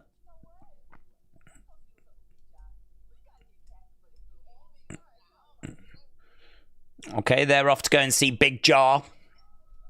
Here's Tape Welder. Wait, if there's UFC, I am definitely going to be here for the stream, says Keegan. Tate Wilder, Brooks Jensen next. I liked her work in 2020, 2021, but she has regressed, says Big Time. Britt Baker. I don't think she's been on TV much, has she? Hasib said, I'm dating Britt Baker. Are you, buds? You've done well there. I don't know if she's done well, but you've done well. Daze, there's rumours that there are 2 AEW talents coming to WWE. If we assume Jericho being one, who do we think the other is? Could it be Britt Baker? Could be. Yeah. Ask Hasib. Apparently they're dating. Yeah, I think, you know, there's a good chance of that. I think there's a few, though. I mean, I know WWE have been interested in Wardlow. It's hard because I don't know whose contracts are up in AEW. So, obviously, the deals would have to be up, or they'd have to have been released. But I could see a few over there coming over. I mean, you know that WWE would take MJF as soon as they could. If Moxley wanted to come back, they'd take him as soon as they could. If Jericho wants back, they'll take him as soon as they can. They'd take Tony Storm in a heartbeat. I think they'd welcome Mercedes Moné back. I think they'd take Britt Baker. I don't know. There's a few concerns about the behind-the-scenes stuff, but I think she's certainly good enough to bring into NXT and, you know, have a look at. Here's Brooks Jensen. He's bringing out the bull rope. Are you going to do UFC 321 next weekend? Yeah, I believe so. I think it should be finished by about 11 because it's on earlier. And then after that, I think we've got Halloween Havoc. Is it Halloween Havoc? Yeah, I think it is, isn't it? Okay, bull rope match then. Keep getting your scores in. We've only had 50 votes. 200 people watching. We've only had 50 votes. Don't flip. Okay, Brooks Jensen versus Tate Wilder. Daze, once you pointed out that last year's theme is rubbish, it's fair to say it is the worst Death Rebel theme ever, says Taker 1990. I hate it. I hate it. It's got no energy to it. It sucks. I don't even know if it is Death Rebel. I mean, I'm guessing it is. Okay, here we go. Bull rope match. Let's end the poll. I haven't seen a bull rope match in ages, actually. Strap matches are obviously very similar. Dog collar matches, yeah, that's similar. So these two are tied to this rope. You can use the cowbell in the middle. Bang, using that to trip over Brooks Jensen. Tate Wilder has managed to get the cowbell, and he's looking to use the rope as a whip. So he's whipping away there. Over in the corner goes Brooks Jensen. Brooks Jensen moves out the way. Kicks coming into the midsection.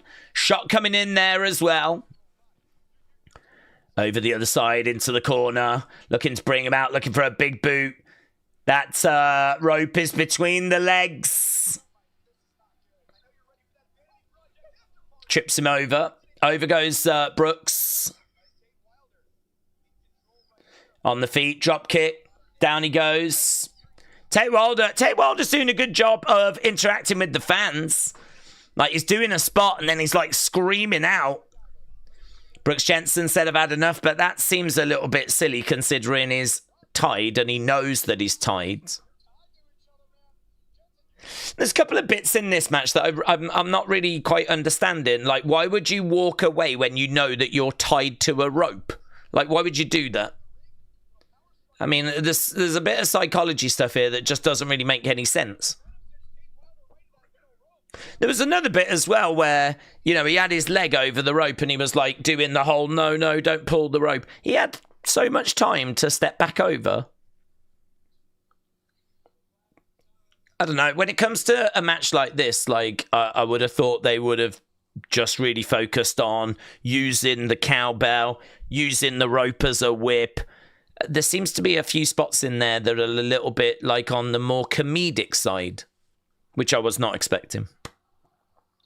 I can tell you that the opening match was good 98. Good 98 for the opening match. Mate, it's all about that flipping main event.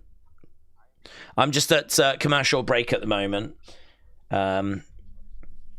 They should make Brooks' gimmick be Mr. Gimmick, where he tries a new gimmick every week, but always fails. It could be art imitating life, because they just don't seem to find something that works. Brony said, it wouldn't make sense for an established top-level star to join up with Bron and Bronson after Bron took out Seth. Bron took out Seth for that exact reason. He's the leader now. Is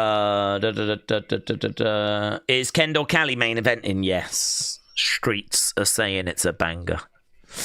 Daze, weren't the wrestlers supposed to tag each turnbuckle to win this match, says Take 1990. Well, I'm still in the match, buds. I'm still in the match. Right now we've got we are back from the commercial break. Going to the outsides.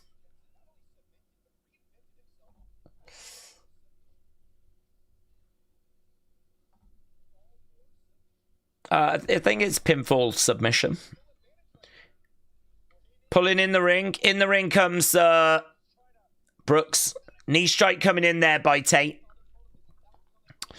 In my opinion, it's easy to explain Jericho is more experienced, has more knowledge than Seth, plus Jericho led a successful faction, says Hasib.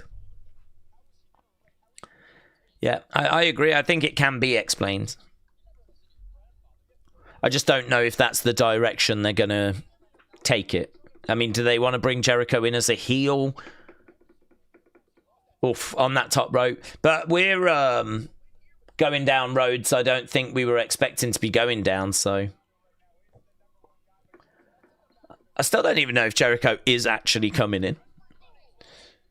But if he is, it's definitely an option. Right now, we got Brooks Jensen going for the cover. Shoulder up. Shoulder up. So, right now, Brooks Jensen in control. Grabbing Tate Wilder. Going round the back. He's looking to use this rope. He's got the rope in the mouth of Tate Wilder. And he's got it kind of round the back of their heads. So it's in the mouth. This is better. This is good. So the rope right now is acting like a bit of a crossface. He's pulling back on that. Tate is trying to get that cowbell. He's reached it. He's got it. Elbow coming out. I like that. I like that by Brooks Jensen. I like the fact he didn't just let him hit him in the head with it. Because it was quite clear that what he was doing. So Brooks had to do something there, and he did. Right now, he's got the bull rope, and he's whipping away now on Tate. Feel like this has finally got to like a pretty decent spot now. Brooks Jensen whipping away. And again, straight across the chest.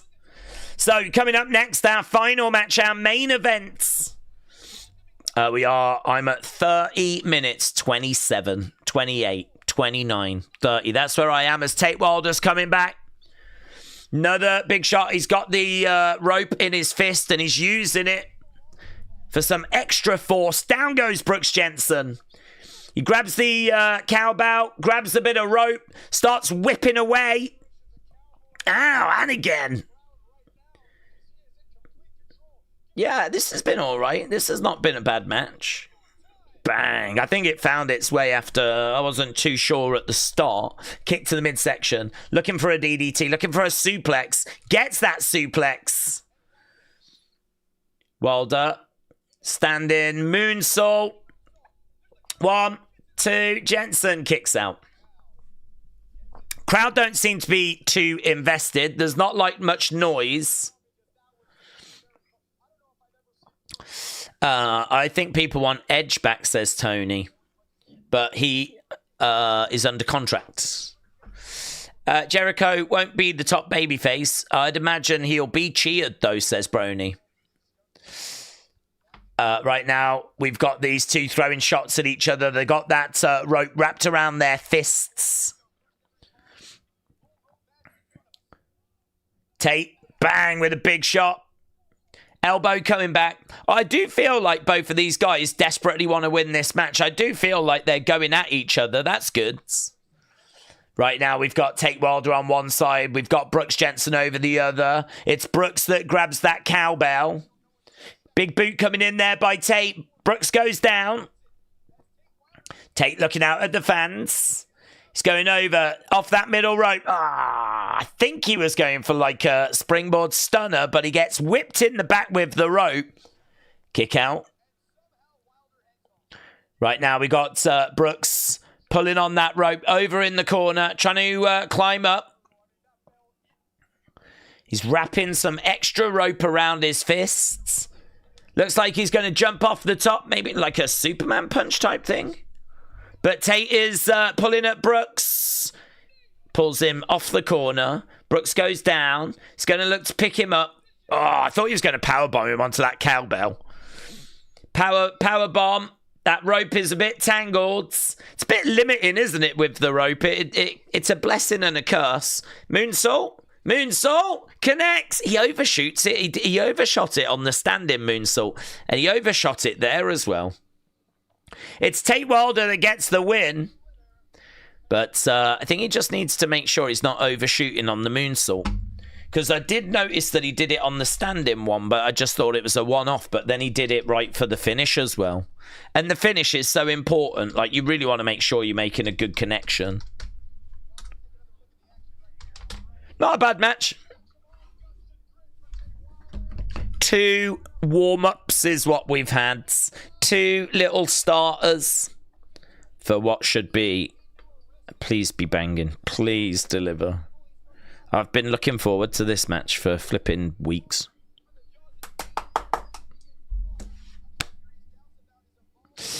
I do like seeing the powerbomb again, says William. Bull rope wasn't the gimmick for Brooks this week, said Steve. Time to try some again next week. ID. Advert for ID.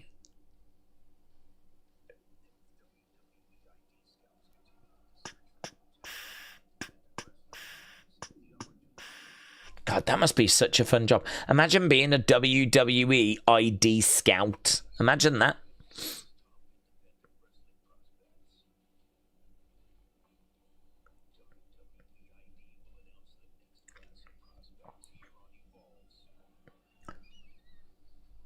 So the next class of ID prospects being announced soon. So there we go. New faces coming in. That'll be good. Okay. Here we go.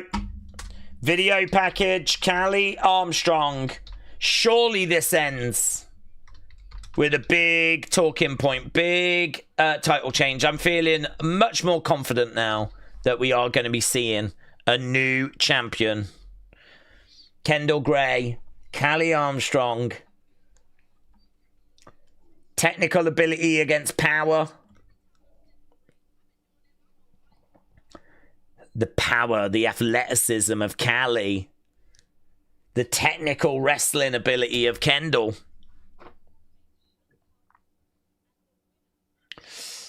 That was a bit mid, said Jennifer. Glotness said, I gotta say the bull rope match was mids. It needed more cowbell. More cowbell. Taker 99 said, would you have Jericho assume the list gimmick when he returns? No. Done it. It's been done.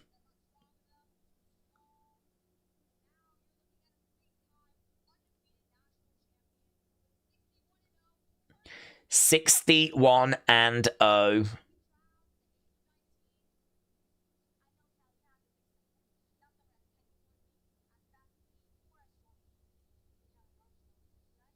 She's not faced anyone as technical, as fast, or as strong as me, says Kendal. Oh, man, the hype. The hype is real. It's a good video package, this. Just showing what they've both achieved before they made it to Evolve. To be honest with you, I think the opening match was fine. I think the second match was fine. I don't think either really set the world on fire. I don't think these girls are going to have to work too hard to steal this show. If Jericho returns, I'd love to see him and Kevin Owens reunite when Kevin is able to come back. Up next. Bull rope matches are not often classics, says Robbie. Okay. Let's dial in. Let's lock in. Get your votes in as well. We had 50 votes last time. This time we're just on 35. Kendal Gray, Kylie Armstrong. Next. I think I'm going to commercial break, am I? They're not going to give it much time, to be honest, because, well, it's going to get some time. But at the moment, I'm coming up to nearly 38 minutes, and I can see this ends at 53, 56. Once we've done the entrances and all of that announcements, it's probably going to get 10 minutes. Which is certainly enough time to put on a really good match. To be honest, you probably can't expect a 20-minute classic in Evolve. I mean, 10 minutes is a lot to ask for. Is that Aaron Rourke? Is it Aaron Rourke? Feels like Aaron Rourke. Do you want to hear a story? What was that? I thought I was about to get a story. I've got an Apollo 11 advert. What's this?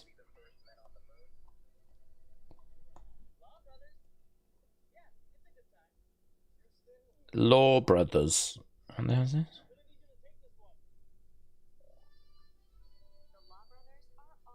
Injury attorneys, Law Brothers.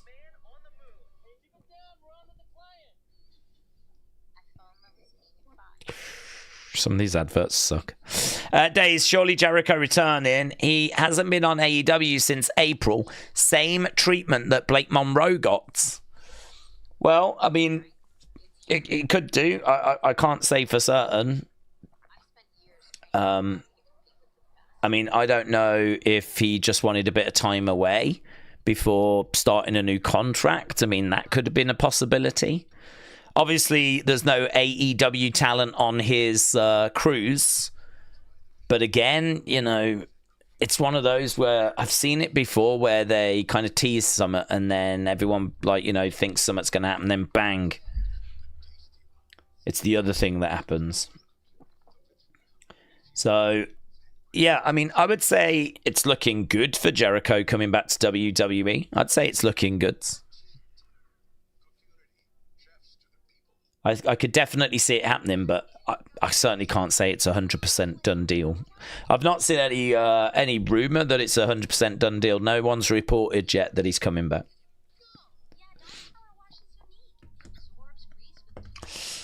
You could say the same about a lot of AEW talent who came or returned. Do we think that you're doing opinions video? No. No. It's not a big enough show, is it?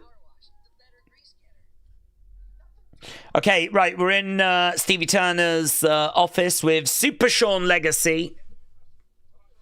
Here's Big Jaw. My spirit animal, Big Jaw.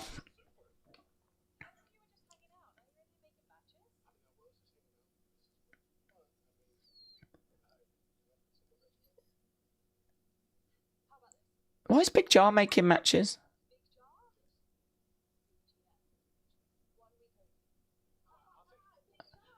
Big Jaw is going to be GM for 1 week only.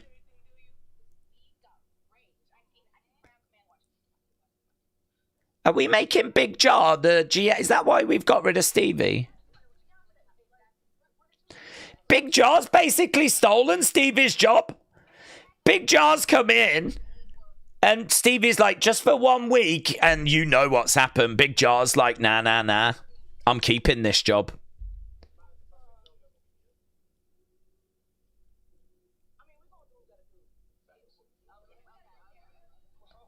Well, there we go. Big Jaw. Big Jaw is going to be the GM next week.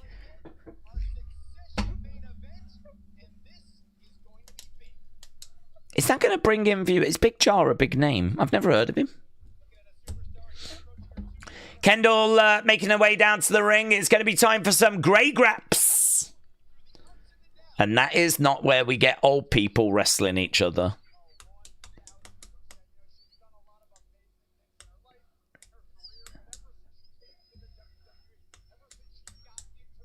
Her music sucks. Her graphics suck. Her ring gear sucks. I like the straps. The fact she can bring them down. But I don't like anything else about it.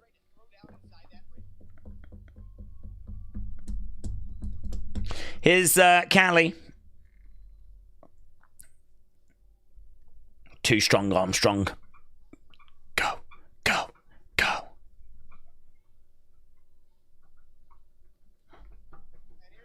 This is much better music. Much better presentation. Feel like when you got Kylie there and she's doing the little entrance there, I feel like it's more hyped.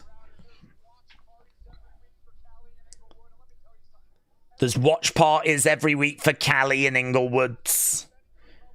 It's going to be good, man. Let's go. Let's end the... don't want to get any confusion.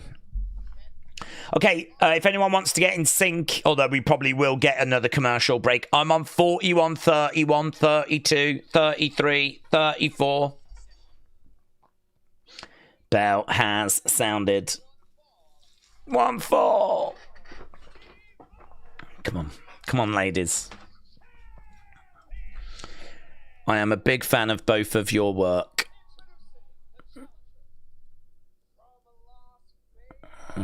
Good 96.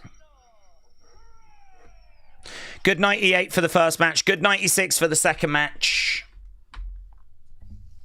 Kendal. Kylie. The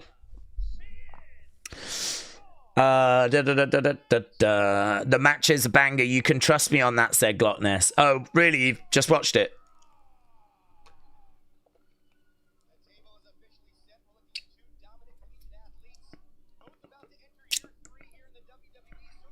Okay, here we go. So, again, if you want to follow, I'm at 42, 36, 37. Okay, Bella sounded. Kylie goes over. Pushes Kendal. Kendal pushes back. Kendal goes down. Kendal coming in, looking for a double leg. Manages to get her down. Kylie down. Straight on, looking for some ground and pounds. But Kylie picks her up. Lovely pace. Straight out of the gate. Look at the speed that they're working at. Lovely pace immediately. Kicks coming in there by Kylie. She's got Kendal in the corner. Shots to the midsection. Big shot going upstairs.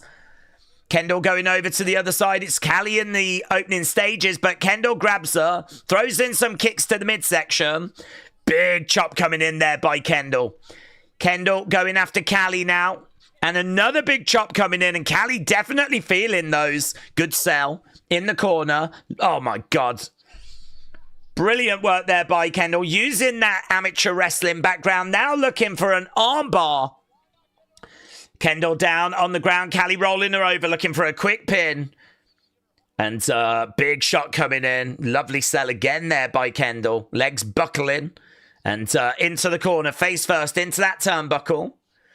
Kendal going over to the other sides. Do you know, the work they're doing, it's a lovely pace. They're selling everything really well. Feels like you're watching a fight. I mean, the foundation of the match is already in a really good place, and we haven't really gone to any big moves. Right now, we got Kylie going over to the corner. Kendal going up, getting out of the way. Really good evasive work. In between the legs there by Kendal. Over against the ropes. Round the back. Kendal, duck underneath, taking the legs away. Drop kick. That was good. Some really good evasive work there. Crowd are very much invested. Crowd are chanting for Kendal. She's going to go big. She's going big air. Big crossbody. Big crossbody to the outsides. Crowd on their feet. Kendal pointing over at the championship. Yeah, man. Yeah. We're doing some cooking. Kendal. Kylie with a big right hand. Kylie going to the outside. Mr. Stone said you risk it to get the biscuit. They're both battling for the biscuit. Kylie back in the ring. Kendal on the outside. Driving her shoulder into the midsection. Going... Legs taken away. Spills to the outside. Kylie coming out. Kendal still down. Kylie standing over her at the moment. Grabbing Kendal. Driving her back into the edge of the ring. And again. Driving her back into the edge of the ring. Going for a third. It's advantage Kylie right now. Oh, that was sick. She just grabbed her, held her, chucked her up onto the ring, and as she landed, bang! And it's Kylie that points over at the biscuit, points over at the belt. As we go to commercial break, we've still got 7 minutes 50 odds on the clock. So 46.08 is where I am, 46.11. Yeah, lovely start. I mean, what you can tell is they came out with real pace, real energy, laid into each other in the corners. The shots were looking good. The sales were great. It's always good when someone gets hit and they get hit so hard the leg kind of buckles. And just looks like it's having a real effect. Kylie against the ropes. Throwing out a kick. Kendal going down. Kylie doing a little bit of dancing. Elbow drop there. 1, 2. Probably waited a little bit too long. Kick out there by Kendal. And Kylie now trying to get back up to her feet. Kendal is down at the moment. It's advantage Kylie. Kylie is slammed down. I don't know if she did actually make contact there with her face. Shot coming in. Got a loud Kendal chant coming out from the crowds. Kick coming into the midsection. Right now, Kendal trying to fight back. Oh! Rotated round, slam down. 1, 2. That was lovely work by Kylie. Really good work. Kendal feeling the effects. Right now, we've got a half Nelson in. Half Nelson. Lovely work here. So, Kylie very much in control. Kendal down in the middle of the ring. Crowd chanting for Kendal. Kendal trying to find a way of getting back up to her feet. Crowds are applauding away. I mean, it makes such a difference when the crowd are invested. Slamming Kendal down. Kylie just going through the motions. She's just very much in control. She goes for an elbow, though. Kendal moves out the way. Kylie comes over. Back elbow there by Kendal. Kendal in the corner. Kylie coming in. Big boot there by Kendal. Kylie stumbles back. Back elbow there by Kendal. Another back elbow. Kylie keeps going down. Kendall's got some good suplexes. There's one. There's one. Lovely. Throwing Kylie over to the other side of the ring. Charging in. Taking the legs away from Kylie. She's got her in a decent position to stomp down. Lovely work. Kendal. DDT. 1, 2. Shoulder up. Felt too soon. Felt too soon. It's going to take a little bit more than that, but some lovely little sequences. Kendal going over to the corner, climbing up. Kylie comes up. Big shot to the back there by Kylie. Kylie round the back of Kendal, looking for like a bit of a suplex off the corner. She's not going to get that. Kendal holding on, back elbow. Moonsault. She's in a moonsault position. Yes! Lovely 1, 2. Kylie surely kicks out, and she does. Moonsault there by Kendal. Kendal. Nice facial expressions. She's looking a bit frustrated, but she's still obviously dialed in, determined, grabbing a hold of Kylie. Kylie getting up to her feet. Big right hand coming in there by Kylie, but a super kick coming back by Kendal. Kylie rocked. Kendal goes up on the shoulders. Oh! 1, 2.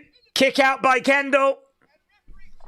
Some close pinfalls. Crowd loving it, mate.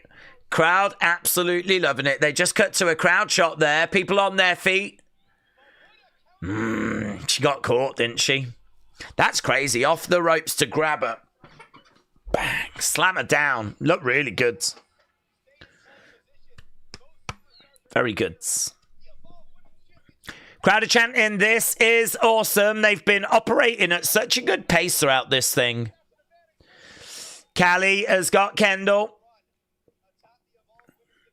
I think these are undeniably the top 2 female talents in Evolve. I think undeniably this is 1 and 2. It's hard to say in which order because they both bring different attributes. But I like it. Kylie being the heel. Kendal being the babyface. Kendal. Oh, Kylie jumping up. Looking for a big superplex. She's going to get it. She's going to get it. She gets it. Lovely sell. Lovely sell. In for the pin. 1, 2. Kylie. Kick out by Kendal. Kick out by Kendal. Kylie down. Kendal down. Oh, lovely. Lovely. Oh, and I love the cell. Match continuing. The drama building. Kendal coming over. Big right hand there too. By Kylie. These two exchanging blows back and forth. Shot coming in there by Kylie. Kendal. Big boot to the midsection. Duck underneath again. Against the ropes. Kendal over the other side. Kylie grabs her. Power slam. No. Reversal. 1, 2. Kendal. Ah! Mates. That just felt like it was going to be a straightforward slam, but it was not. Again, she evades, gets out the way. Oh! Into a power slam. She gets it this time. Kylie picking up speed. Kendal in big trouble. Off the ropes. Oh, reversed. Sick. 1, 2, 3. Kendal wins. Wow, what a finish. And new. Wow, just constantly like hitting reversals on each other. Kendal Gray becomes the new Evolve Women's Champion. You deserve it. You deserve it. You deserve it. Ah, look at this. Carly Bright and Ren jumping in the ring. Yeah, good, really good match.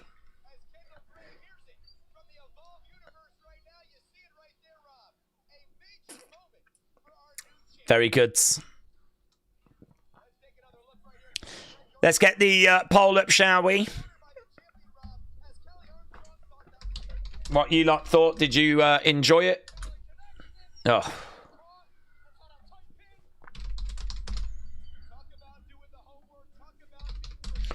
Yeah, I like the finish. I like the fact she was going for that Kylie connection, as they call it.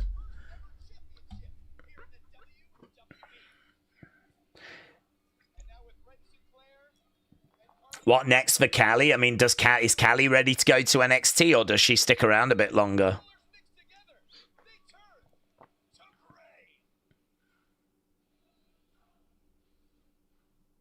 Very good. Very good. It was pretty good, said Scottish Nightmare. Yeah, I thought it was really good. I really wanted it to deliver. I really wanted it. I think I built it up in my head. So, I mean, I was hoping for a match that was going to be of that quality. And lovely pace. Lovely pace. Some lovely selling. Lovely reversals. Felt like a real battle. Match absolutely flew by. To be honest, when the 3 comes in, I was actually a little surprised that that was it, because the match had gone by so quickly for me that I was like still thinking there'd be another 5 minutes.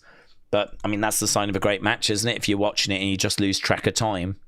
But yeah, good. I think the exciting thing as well is that as good as that match is, I feel like there's so much more that they could have done with it. So much more they could have put in there. You know, I'm down for the rematch. I'm down for Kylie to go to NXT and for Kendal to face other challenges. The only thing I'll say is I don't know that there's too many women in Evolve that's at that level. I think Kylie and Kendal feel like they are 1 and 2. You got some good talent though around. I mean, there's, you know, Chantal Monroe is a good talent. Obviously, Wendy Choo can do stuff in the ring as well, but I don't know if there's anyone quite on the level of those two. And Wendy's going through a weird change at the moment as well, so it's hard to know where she kind of is. I feel like we need that to play out first. James said, if you've got Disney Plus, if you do Man United Women's Champions League, it's on there tonight. I don't have Disney Plus anymore, unfortunately, James, but thank you. AWC Legend said, Daze, I hope you're doing well. I'm doing good, thank you. Doing good. Just enjoying a little bit of Evolve. So, yeah, very good. Get in your votes. Get in your scores. Big Time said the NXT women's division is quite bloated. They need to bring some women down, but it might look like a step down for some. Well, I mean, there's some women that need to come up as well. I mean, you've got Kylie, you've got Kendal. They both feel too good for Evolve. The problem is that if you do that, though, Evolve feels like it's going to get stripped a little bit. I mean, the irony is that I think Zayda Steel would have got more opportunity soon if we did move those two. I think the spotlight would have been a bit brighter for Zayda Steel, but she's obviously made the decision she made. The women's division is stacked. We need some call up to the main roster before bringing more in, says Glockness. That's the hard thing, isn't it? I mean, there's just great talent everywhere. So, I mean, I don't think you guys are wrong. I think that the women's division is stacked. I think the bar is high. But, yeah. Kylie, Kendal, both ready, in my opinion. You can't really bring up Kendal because she's the champ, said Wrestling Fan. Well, she can work both. And actually, I'd make the argument that you need to have like the Evolve champions around NXT because Evolve needs the help. Evolve needs the promotion. I think having some Evolve talent on NXT would help because you don't want to use too much. Just the odd person here or there, right? But you want to do that because you want to get people used to the Evolve talent so that they're more willing to watch Evolve. Like if you show Kendal on NXT and she grabs attention, that person might be like, oh, I really liked her. She's on Evolve. I might check that out this week. You know, we've had a look at Swipe Right. They were goods. We've had a look at Kendal. We've had a look at Sean Legacy. He's been given an opportunity. But, yeah, I sort of feel like using her on NXT and even if she is the champ and having her like feature on both for a while wouldn't be a bad way of using her. But as people said, it's hard, isn't it? It's hard because there's such a big women's division already. Daniel said, do we think Matt Hardy, Jeff Hardy will go to the weekly? I don't know quite what you mean. Their contracts are coming up soon in TNA, but apparently there's hope that they are going to renew. So I think TNA are hopeful that they're going to renew their deals. So do I think they'll come to WWE? I think WWE would be interested. A WWE with the Hardy Boys, there's got to be a more interesting prospect than WWE without the Hardy Boys. And certainly when there's still so much work to do with the tag divisions.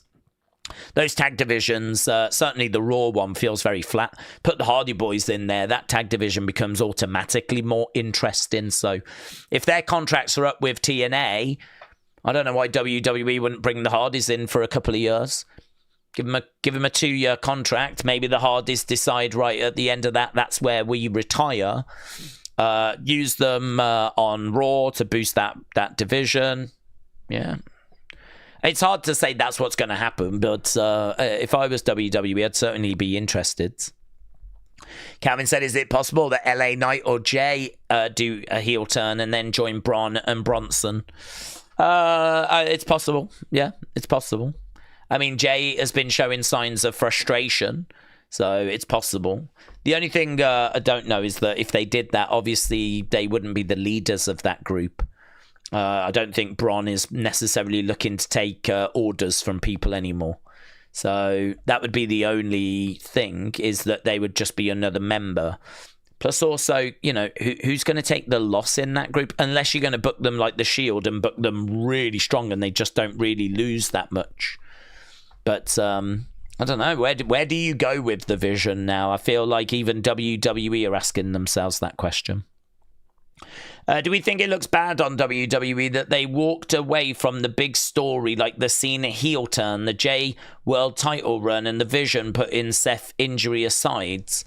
I don't think it necessarily looks bad. The only thing I would say is, if something doesn't work or isn't working, like, should you keep going with it, or is it right to pull the plug?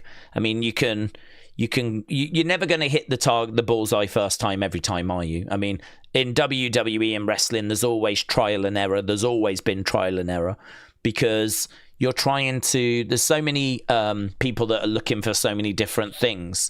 If you can like get something that really works with the masses, then that is you hitting the bullseye.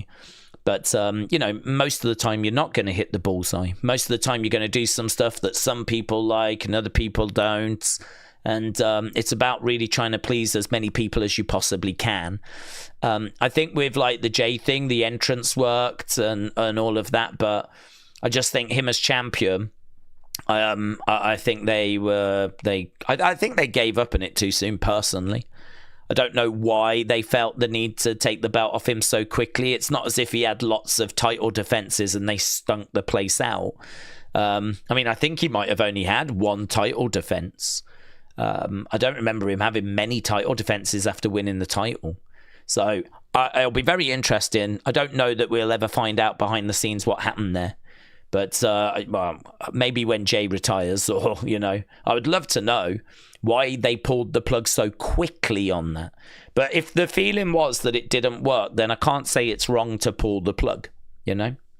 Plus, also, you could make the argument that it achieved what they wanted it to achieve.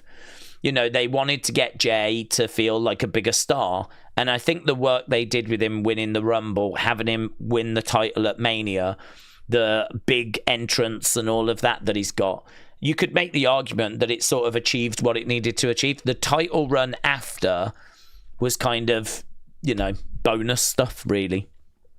So in regards to that one, I don't know. I don't really look at that as a big problem. I do look at it as it didn't work and they abandoned it. But, you know, they can still try and tweak whatever was wrong and get Jay back to that level. He's still around competing number one contenders matches.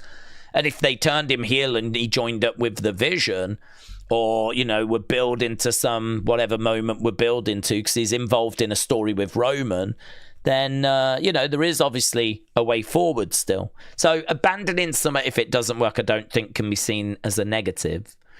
And same with John Cena's heel turn. I would say they gave that more time than Jay's by, you know, a country mile. Felt like we invested in that a hell of a lot more. But no, should they have just kept going with it? No, definitely no. I think Cena's best work has been since going back and being a face. His match with AJ, he didn't need to be a heel in that. It was amazing. So much fun. And, you know, his match with Cody, brilliant. The match with Brock was frustrating. I wouldn't have done it. I wouldn't have brought Brock back. I wouldn't have done that match. But I think they felt like they needed something like that for WrestlePalooza. What with it being the first one on ESPN. SummerSlam, of course, you know, they bring Brock back there. I wouldn't have done that either, but whatever. And so, yeah, the heel turn I wouldn't have done. The Brock stuff I wouldn't have done. And to be honest, if you hadn't have done that, I think his run would have been a lot stronger. I don't know. It's one of those, isn't it? I don't think it's a bad luck that they abandoned them. I just think they weren't quite right to begin with. But I can sit here and say that. But there's lots of stuff that I would have done that I think ultimately would have turned out not to have been the right thing. I mean, I can't give you examples because a lot of the stuff we talk about, they don't end up doing. So I can't say for certain what would have failed, but I'm very confident things would have failed. Just because I think, you know, success rate, I don't think anyone's got 100% success rate in them. Anyone could be the booker and you're not going to get 100%. You're probably hoping for 50% at best that your ideas actually really land. So I think it's one of those where Triple H, you know, he's trying different things. There's a good chunk this year that's not worked. We know this year has been a bit mid as a result. The hope is next year he'll have a better success rate. And, you know, it's one of those. People weren't down on Triple H. They were calling him Booker of the Year in 2023, 2024. People couldn't sing his praises enough. And then he's had one bad year, and all of a sudden it's over his mids. He sucks. He needs firing. All this kind of stuff. Like, it's crazy how overreactionary wrestling fans are online. You know, if things are going well, it's the best thing ever. If things are going bad, it's the worst thing ever. And there doesn't seem to exist much in the middle anymore. There's a lot of people that I think take that approach because it's better for views. Is my honest answer. I genuinely think if things are not that great at the moment, if you exaggerate it and say it's horrific and make a thumbnail and a dramatic title, you're going to get views. things are going really well and you say this is the best it's ever been, this was the best heel turn ever, this was the best story ever, this was the best moment ever, this was the best return ever, it's going to get views. If you're in the middle saying, guys, it's okay, it's not great, but it's not bad, it's all right, probably doesn't get views. It's too wishy-washy, it's too middle of the road, bland, comfortable. It, doesn't work. And I think in the modern world that we live in, you've got to have an extreme point of view. I think the truth is that that's not where we are. I think the truth is that it is a bit middle of the road. I think there is some stuff that's good. I think there is some stuff that's bad. I think the show is not as good as it was in recent years. But I just think put that through the filter of social media and, it results in Triple H being the worst booker ever, which I don't think is true. Surely they could have kept the Vision together without taking Seth out, because it's not like he's going to retire. You could have brought him back in the fold. They ended it. But I think if the injury is real and they don't know how long he's out for, I don't know that you can. I mean, the word on the street is that it's going to be 6 to 12 months. I mean, there's every chance he misses WrestleMania. And I think they were looking at doing this split in a year's time anyway. So could you have just kept the Vision going and Seth just goes away? You could, but if you was going to do the split in 12 months anyway, is it not better to just do the split, distance yourself from Seth, he goes away and recovers, and now we've got a blank sheet of paper to go, right, what do we do now? We've got them away from Seth. They've shown they've got balls and that they can make their own decisions. Maybe they're a bit undercooked. So maybe they're not just ready to go off on their own. So do we bring in Jericho and put Jericho with them? Do we bring in Austin Theory still just to, strengthen them with the numbers? Do we now transition away from being the new bloodline to being the new Shield? Do we make that change where Seth was the leader and he was kind of putting together his own bloodline, if you will, with his own wise man? Do we transition from that now and make them more of a Shield where everyone was like equal members? You've got that as an option. You've got Jericho coming in as the leader as the option. Some people say they'd like Brock to take over. And obviously, there's pros and cons to every suggestion. But I don't know. I mean, you could have kept it going with Seth going away for a while and just, continuing with, that being a group, but Seth just not being around. But I don't know. I can't say I'm down on them doing what they're doing. It was a great moment. It was a shocking moment. And if Seth's not going to be around for a chunk of time, I think we're going to need a blank bit of paper where we figure out what we do with him not around anyway. So I don't know. I'm not down on them putting that distance in. James said apparently Samoa Joe is thinking of retiring when his AEW contract ends. I think tag teams, I think of 88 Survivor Series 10 on 10, says Tony. Big Time said with Raw, one thing I've noticed is we're throwing a bunch of matches on TV with no substance as to why it's happening. There's so many GM segments to just set up impromptu title matches.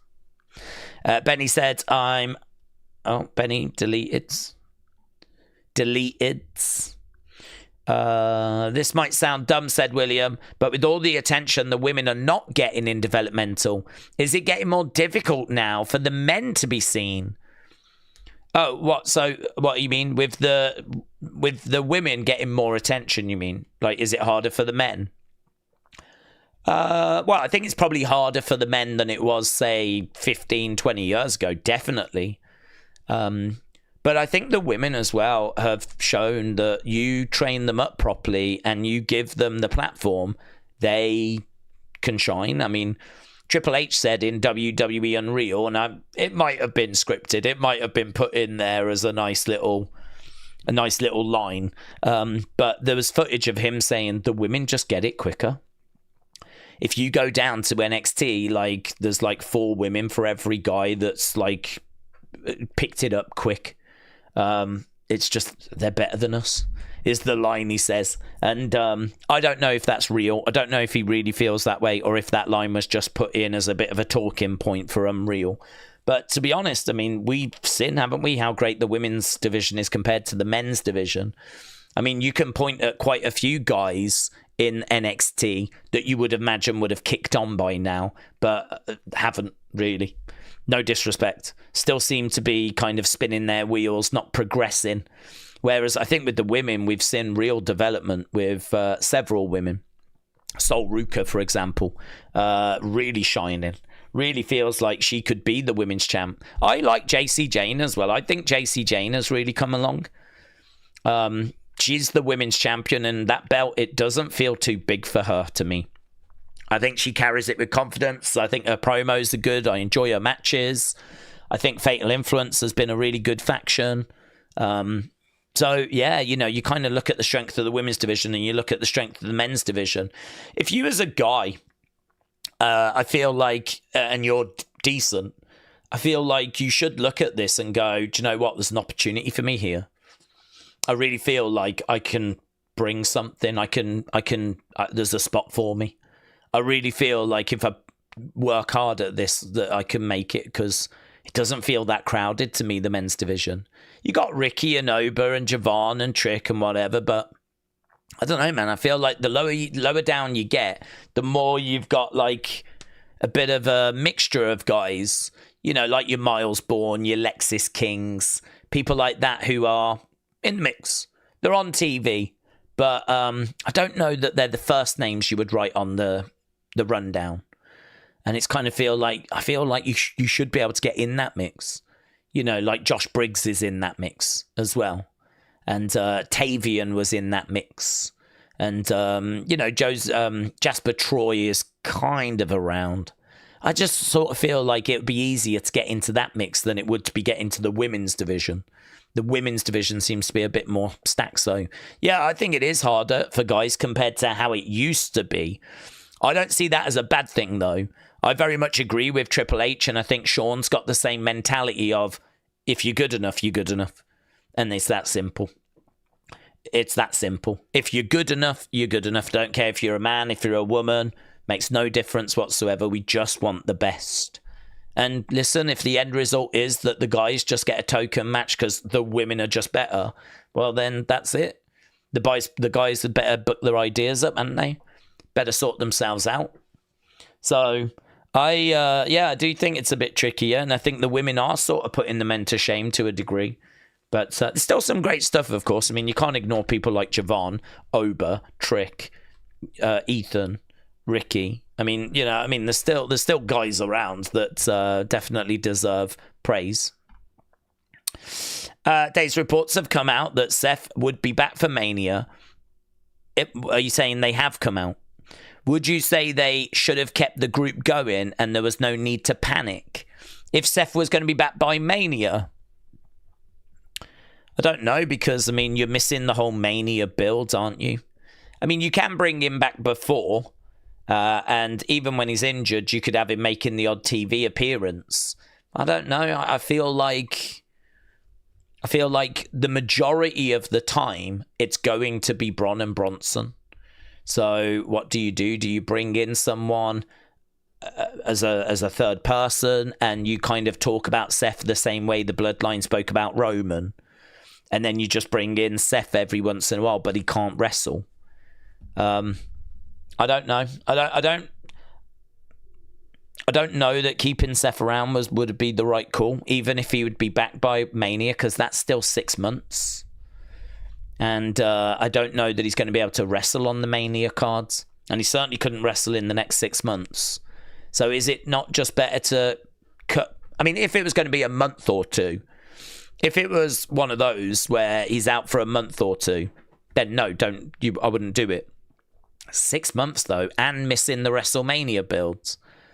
I kind of feel like the Vision are largely going to have to do stories and do segments, a lot of segments, without him. So if that's the case, I think parting ways might have been the best thing. And then clean sheet of paper. What do they need? You know, what do we do? I mean, make no mistake about it. There's going to be a crisis meeting. This is a crisis, because if he's out, it changes a lot of plans. I mean, we've got a vacated championship. I mean, it might be that Braun gets the belt. They might put the world title on Bron. And what does that do to the dynamic if Bron is not only the undeniable leader now, but also the world champion? I mean, that could take us down God only knows what roads. So, yeah, I think I would if it was 6 months and you're missing WrestleMania, which is obviously the most important time in the year. But I think if it was 1 or 2 months, then no, I wouldn't. Days with NXT women's division, it's really full. The main roster's light. We're seeing many NXT women being ice cold because there's not enough TV time. Well, it's hard, isn't it? I mean, you're just battling for getting the best on TV.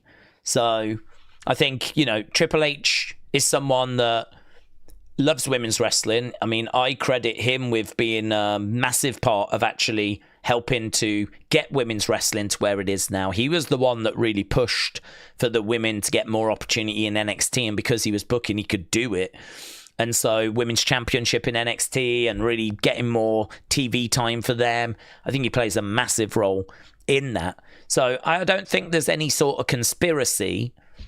I just think that you've got a few injuries on the main roster, like Zoe Stark, like Liv Morgan, like Naomi with her pregnancy. I mean, we looked at the list the other day. There felt like there was a lot of women that were out with injuries. I don't know why they've not been replaced.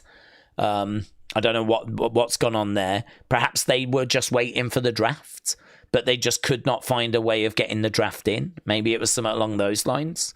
I think what we do need is a draft where we do call up women, we do look at the rosters, we do get them back to what they should be. They don't feel quite right to me at the moment, but I'm not sure what the plan is for all of that. There's been no words on a draft and all of that. And to be honest, they're probably pretty locked in now till at least John Cena's retirement match. I'd imagine they know what they want to do for Survivor Series. I'd imagine a draft is not planned before then. And then straight after Survivor Series, it's probably all attention goes on to Cena's last match. Once we're done with that, though, I think you've got a good couple of weeks there, late December, where you could do a draft.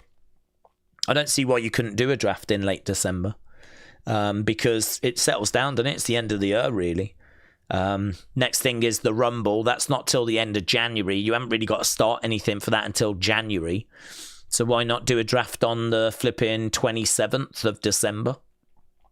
Isn't it like the 13th is Cena's last match? 14th is going to be very reflective. Cena might even... I don't think he's on that show, but I don't know that you do a draft straight after Cena's last match, or maybe you do. Perhaps we do Saturday night's main event on the 13th. I'm trying to remember the dates. Then that would be the Saturday, so that means the 14th. 15th would be the Monday. Maybe on the 15th you do a draft. And if you don't do it then, 22nd, I would make a bit of a fun Christmas episode. I wouldn't do a draft. 27th, you could do a draft. So 15th or 27th, I would have those dates circled for a potential draft as we head into WrestleMania season, Royal Rumble, all of that stuff. Get the pieces wherever you want them. But I don't think they'll do one before, so... Yeah, I don't know. I don't know if that's why they've not replaced some of the injured women, but I think that's been a bit of a factor. If all the injuries and Cena gone needs to be filled, it could be step-up time, says Tony. Steve said, if we do MFT's Wyatt 6 in War Games instead of the original plan, would you be down on it? Yeah, I think I would. I wouldn't be crazy about it. I mean, I don't mind MFT's Wyatt's in a War Games match, but not instead of, because the thing with the original match is that has got all the big stars in it. I don't see, what would you do with Roman and Punk and Jay and all of those people? Brock was meant to be in that match. Seth was going to be in that match. Like, you're going to have to get those people on the card. So why, if you scrap that match and replace it with Wyatt's MFTs, what do you do with Roman? What do you do with Jay? What do you do with CM Punk? What do you do with Brock Lesnar? I just don't see that match being replaced. Just because Seth's out doesn't change loads. It just means that we need a Seth replacement for that team. That's all.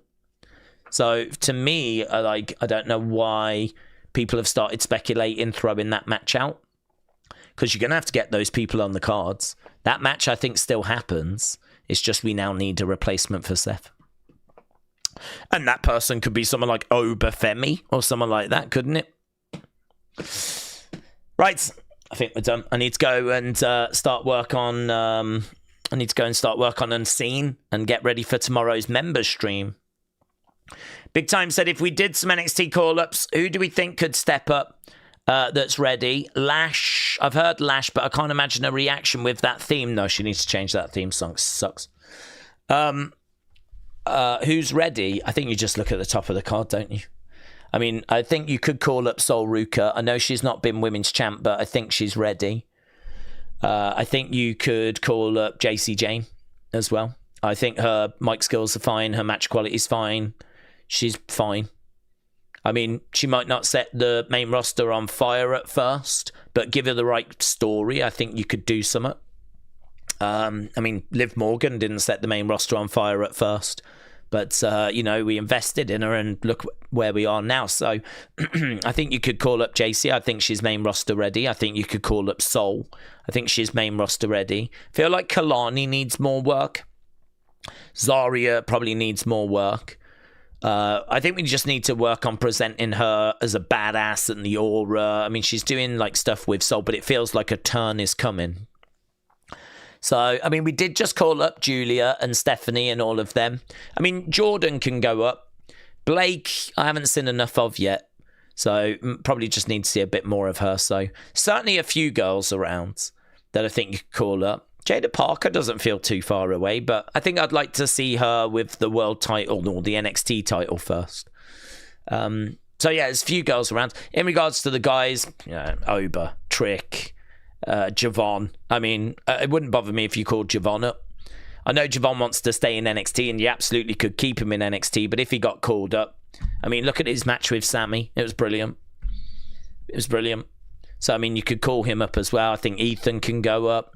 Ricky's the NXT champ, and he's only just got it, so I don't think you'd move him yet. But I reckon if we sat down and went through the roster, I reckon we could find 4 or 5 girls, 4 or 5 guys that could go up quite comfortably. And I think they'd be ones that I don't think there'd be too much pushback on. The girls actually may be a little harder, only because we've just called up Roxanne, Julia, Stephanie, Kiana James. All of those have gone up fairly recent. Maybe Kiana James not so much. She had an injury for a while, but she feels new. But yeah, I reckon there's a good top level there that's are ready to go up. James says Soul. Big Time said, I think JC would be solid as an IC or Women's US. Yeah, I agree. I know not everyone's going to agree with that. There are some people out there that just really don't like JC, but I like her. I think she's good. I think she's solid. I kind of look at her ring work. She doesn't stink the place out. I find her matches to be very watchable. Promo delivery is good. She's got a bit of sass, a bit of attitude. Leader of Fatal Influence. Yeah, I think she's good. So, yeah. Anyway, I'm going to go work on Unseen. Appreciate you joining us. Hope you enjoyed the stream. That was Evolve Succession. Shame that we had some YouTube issues. I think there might have been some more people around if we hadn't have suffered those, but it doesn't matter. The show was really good, and we have got a new Women's Evolve champ. So there we go. Thanks for watching, and I will see you tomorrow for... Got a member stream. We got the Wrestling Escape Pods. There'll be an Unseen. And of course, we're back on Friday with SmackDown. So thanks for watching. Bye for now.